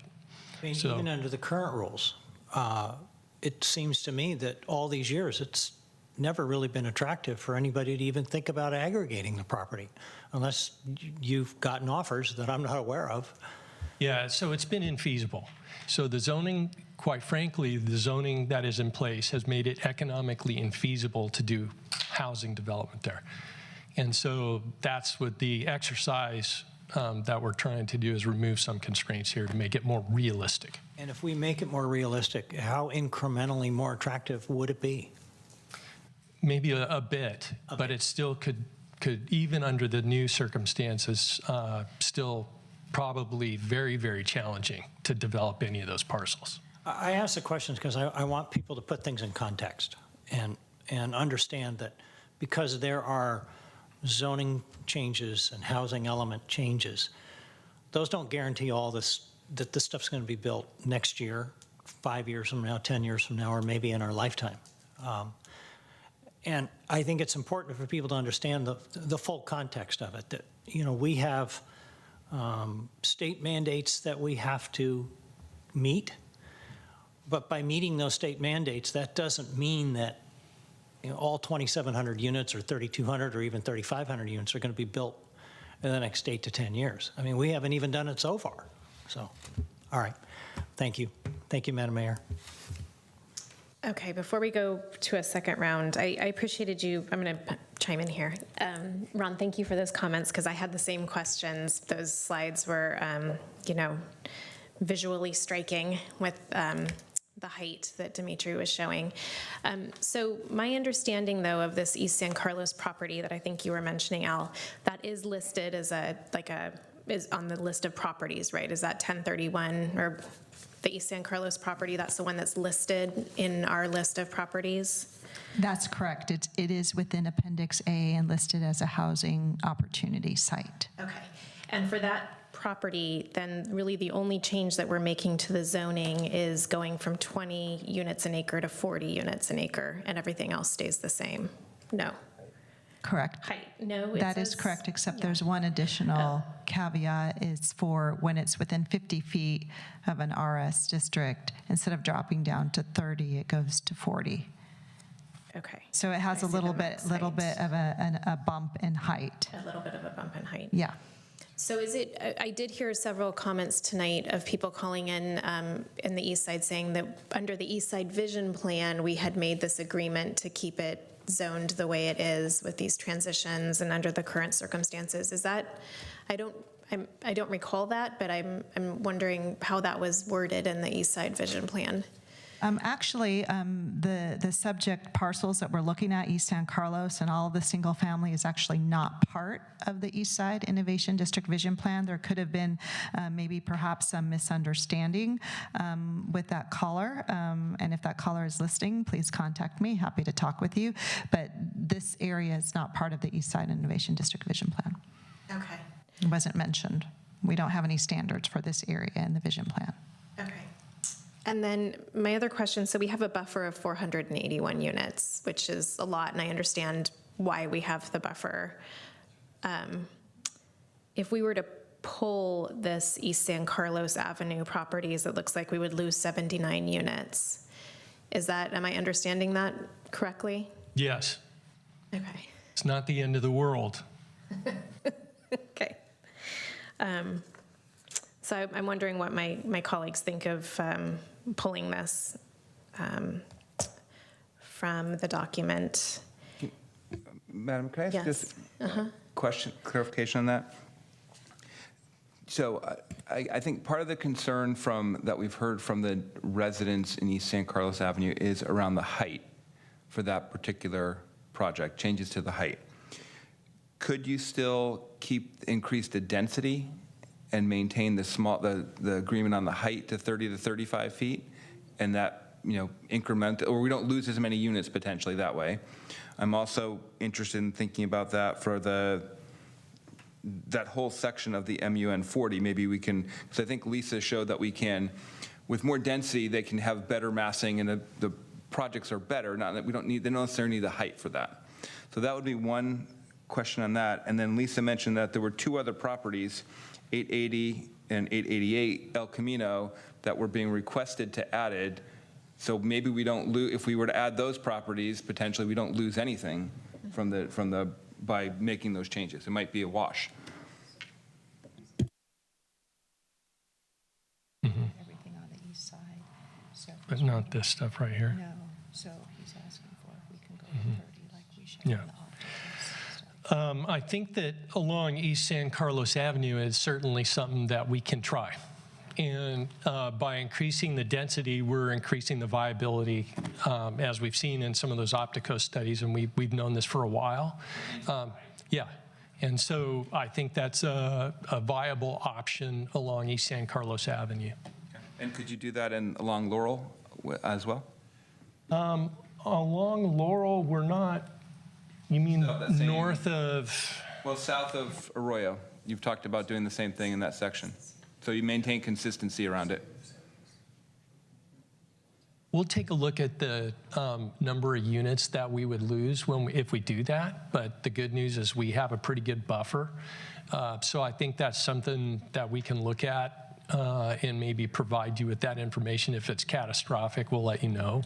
And those other two El Camino properties, if those could be added, I'd like to understand kind of what that might add back if those were potential properties we wanted to consider, that Lisa mentioned in her presentation. It's 880 and 888 El Camino be added to the housing opportunity sites. Yeah, we already figured that in, I think, didn't we? Those were the John request that be added, so I didn't. Correct. And if I could just add a qualifying statement. You asked about reducing the MUN height to 30. In the studies that we did with Opticos, we were able to double the density and maintain that in a 3-story massing, but the height that they showed that would work would be about 34 to 35 feet. So we need a little bit more to make that work. That's still better. I'd be okay with that. And I don't see in this list the 880 and 888 in the housing element. Correct. And we are we were collecting everything and going to make one fell swoop, but that is on our list of things to add. Yeah. So as we talk about making these minor adjustments, will council see this again before it is submitted to the state? Or are you planning to submit to the state? Will it be published publicly, what we submit to the state? Yes, it will be definitely made public. So any changes that we are given direction to make by the council this evening, we will make those changes. Those changes can be summarized, outlining to the public what was changed, and then we will repost, or the version that's online now we'll keep, and we'll just add a new version stating that this is now the updated version that would be sent to the state.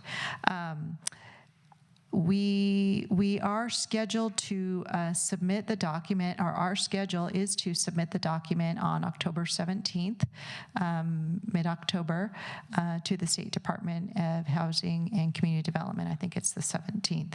And Genevieve, are you there? Can you remind me of that date? Yes, sure. State law says that after the public comment period closes, we need to take 10 business days to consider those public comments before resubmitting it or before submitting it for the first time to HCD. So I think we'd like to stay on schedule, submit by the 14th or the 17th if we had to. So during that 2-week period, we could we could share the information with the council. Yes, that's exactly right. It's possible for us to share the information with the council. If that works for the council, I'll leave it there.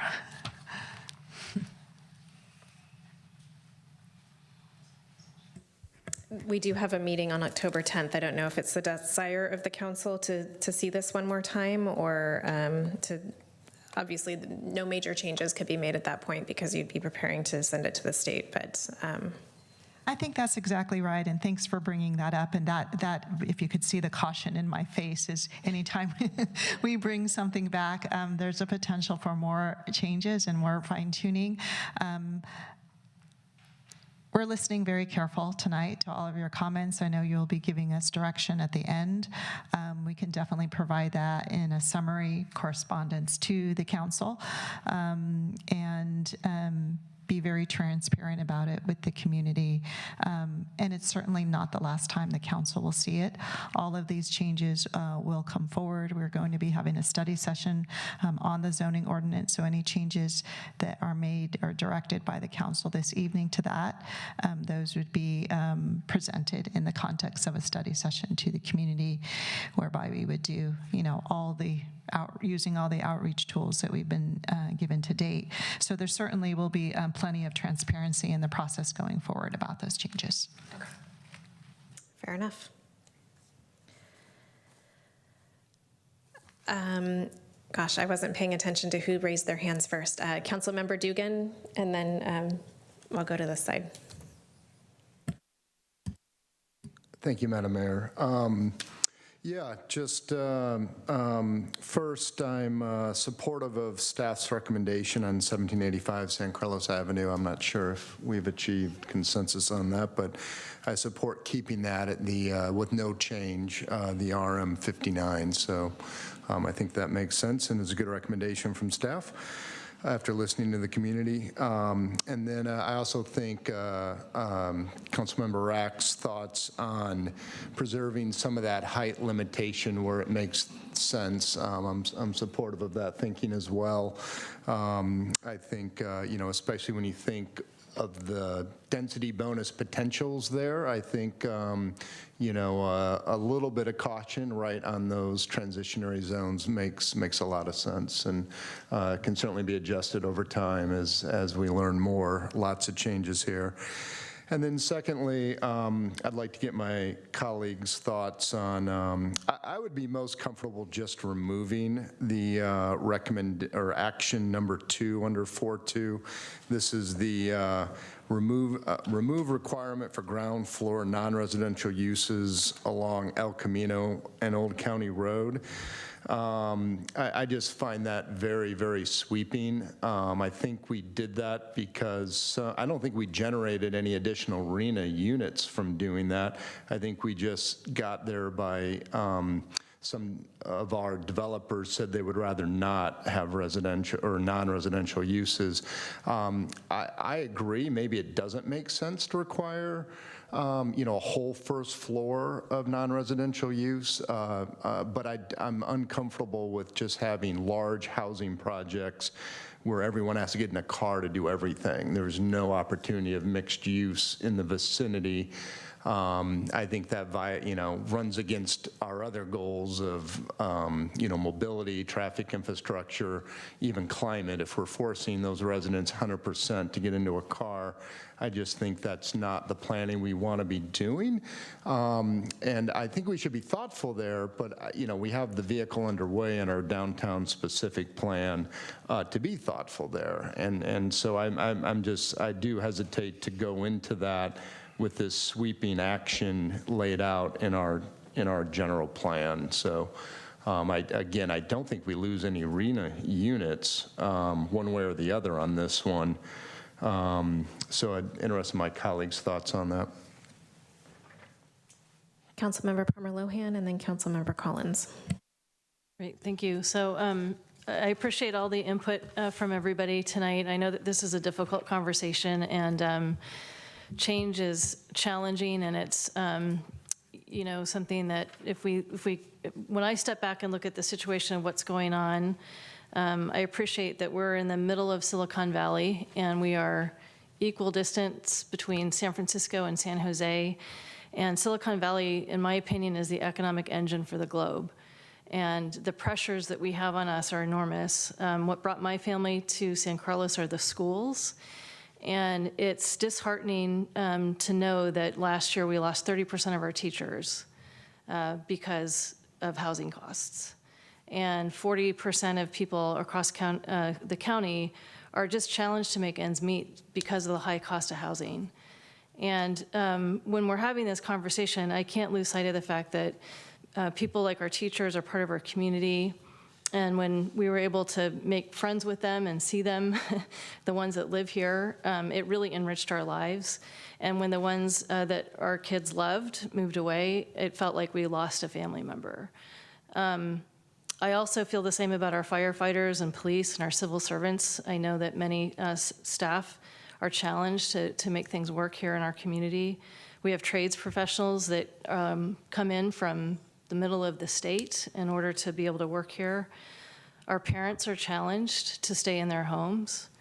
Our sons and daughters wonder where they're going to be able to live. And this work is a heavy lift. When I reflect on the history of San Carlos, obviously it started with the Ohlonys, and then it was land grants, larger parcels. Then in the 40s, the post-war boom, it was really kind of positioned as a community for workers and working families. And it's getting harder and harder for working families to make it work here. We've lost friends. We haven't, we've been here a while, but long enough to make those connections. So this is a really challenging process. I laud the work that the staff has done and the rigorous community outreach and the input that has been brought back. And I feel like what we're doing here tonight is really managing the edges. And I don't want to lose sight of what it is that we're trying to do, which is save our community and preserve our community and be a welcoming and inclusive city. I've been reading through all the comments that have come in. I think that they're very thoughtful, and I super appreciate how committed staff has been and the fact that you were able to turn around same day. A reflection of those comments in your presentation, Lisa, shows to me your commitment to this. I also hear the community's frustration and feel like sometimes they're not being listened to. But what I'm hearing is that this stuff is very technical, and just trying to wrap our head around it is hard. It's hard to visualize sometimes what we're talking about. I'm not a technical expert or a designer when it comes to these things. So I appreciate your patience with us as we try to really understand what's being stated and what the potential impacts might be on our neighbors, especially those who called in tonight. So I've been sending all the feedback that I've been getting from people who've sent it to me onto staff. And again, I'm seeing that in your comments tonight in your presentation. I really appreciate it. I do appreciate the want to ensure that we have transition zones that are manageable and feasible. That was one of the things that I learned in Citizens Academy in 2016, how important that is. And I know that you're committed to that as well. I also appreciate the riparian zone. We are committed also to making sure that we're managing our environment and ensuring that San Carlos is sustainable. So those riparian zones, we spent a lot of time talking about it in the Eastside Vision Plan, and I appreciate Council Members highlighting that earlier this evening. I also appreciate the resiliency measures that were mentioned by the Baldoccis around flooding considerations. We do have a number of creeks that run through our community, so making sure that we're mindful about that. Our climate mitigation adaptation plan, I'm really pleased that we passed that, and I trust that that's going to be incorporated into this process as we move forward. There's a lot of content in there. I think we went from about 80 pages to over 300, so a lot of thoughtfulness went into that. In terms of dependency upon cars, I heard also, Al, you talk about the fact that that will likely bear out through market forces, right? If all of the development is built without cars, and our neighboring cities develop housing with parking, then those properties won't be able to be rented or sold, right? So I think part of me believes in this idea of the invisible hand, right? That market dynamics will dictate to developers what type of housing needs to be built and what amenities have to be included. And I think we need to trust that, they're very clear about what they want. So building in, the bike and pedestrian micromobility master plan, I think that's going to be part of this is what I would trust. And I do appreciate some of the policies that were highlighted. I know that we talked about it over the phone, but I just want to quickly highlight some of the things I really appreciate. For example, the opportunity for homeownership is super important. So this policy and these plans can incorporate that. I would really appreciate it. Also, the emphasis that was made, for example, on making sure that lower income residents are not displaced, that we're thoughtful about our senior housing needs and people, for example, with disabilities is also really important. So I'm glad that this actually captures all of that as well. So I'm encouraged by what we're looking at, and I trust that the feedback that we've received will be incorporated appropriately. And I appreciate all the hard work, and thank you for the opportunity to share my perspective tonight. Thank you, Laura. Councilmember Collins.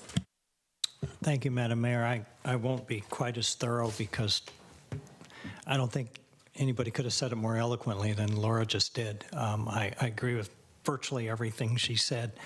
And I appreciate the fact that you said it all. It saved me a lot of words.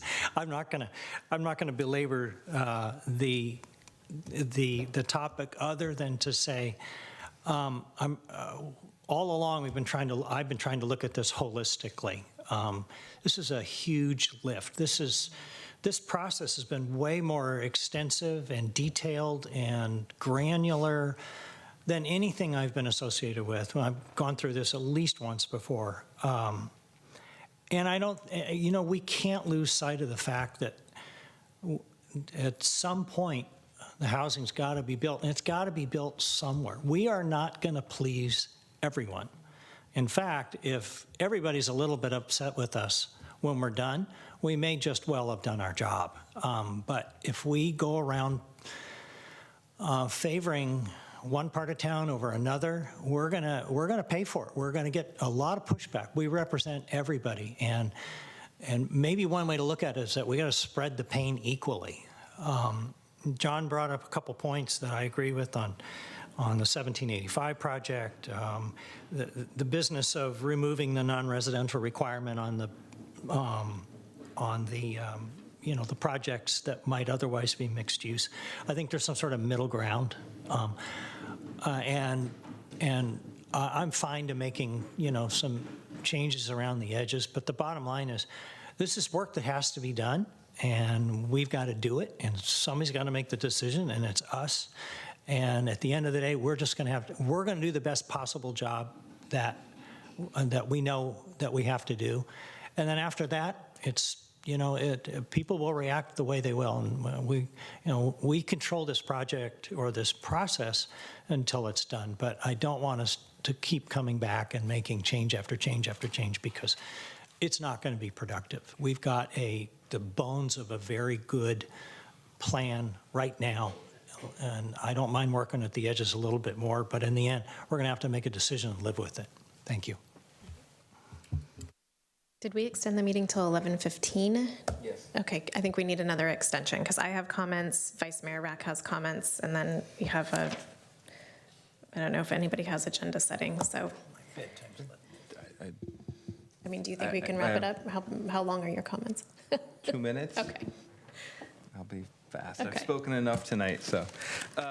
First, I just want to thank Lisa and Al and the staff for their fantastic work. It's a lot of work, and you have done fantastic work with it, and I really appreciate all the time and effort that's gone into it and the response to the public. I will just touch on, I appreciate the willingness to make some changes around the East San Carlos Avenue and some of the MUN 40. I think that's good progress around the edges. I think, John, I agree on the San Carlos Avenue project, that keeping that as is. John, I think I kind of agree with Ron. I think there's some places we can kind of work with it, and I think particularly in the downtown core, as part of the downtown plan, I think we should not eliminate retail until we go through the plan on that. So I think however that's laid out, I think is a good starting point. And I am concerned about the height and would love to see us try to make some adjustments around that given the density bonus, because I do think that's coming. And I'm assuming that, we'll get the density bonus in some places, we'll get more units, and those, even though they don't count now for RHNA, once they're built, they will count for us because those are housing units that will come there. So we will take advantage of that. And, you know, we've done a lot around, we've gotten our number, our overall number in the past, but we've not gotten the number that we need to on affordable housing. So you know, it's an area that I think I want to continue to work on, and I think with this council is committed to doing that, and I really appreciate working with all of you on that to try to really, you know, hit our numbers on affordable housing, because that is crucial. We've done that in the past where this last cycle we'll hit our overall number, but be woefully behind. So it's a big lift. I think this is a really positive step forward, and I'm looking forward to the next stage. Thank you. Okay, thank you. I have a few comments too. I really appreciate everyone's thoughtfulness tonight. Building on what the Vice Mayor just said, you know, the fact remains that we have not achieved our BMR housing numbers, and so, you know, I don't think it's lost on any of us that we need to do something different to, you know, make progress towards meeting our below market rate housing numbers. There is no question that here in San Carlos, we want to do our fair share of housing, and I do appreciate just the thoroughness of this document and all of the work. I appreciate how much community input we have had over many years into this process too. I think we're all deeply invested in this, in its success. So I too want to just voice my preference to have some more language about creek setbacks. I think that's an area where we can add some additional language.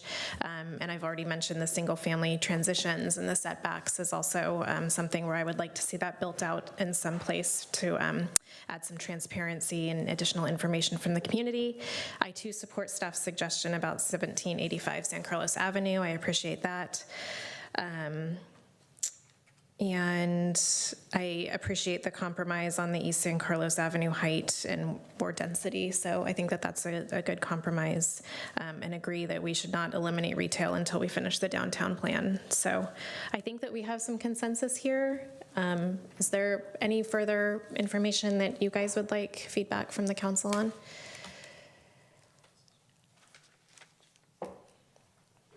We're good. Yeah, thank you for taking the time with us this evening. We realized that it was a great deal of information for everybody, for us, the community, and it's a learning process. We're making very good progress, and I think we have what we need to move forward. Okay. Thank you, Al, and thank you, Lisa.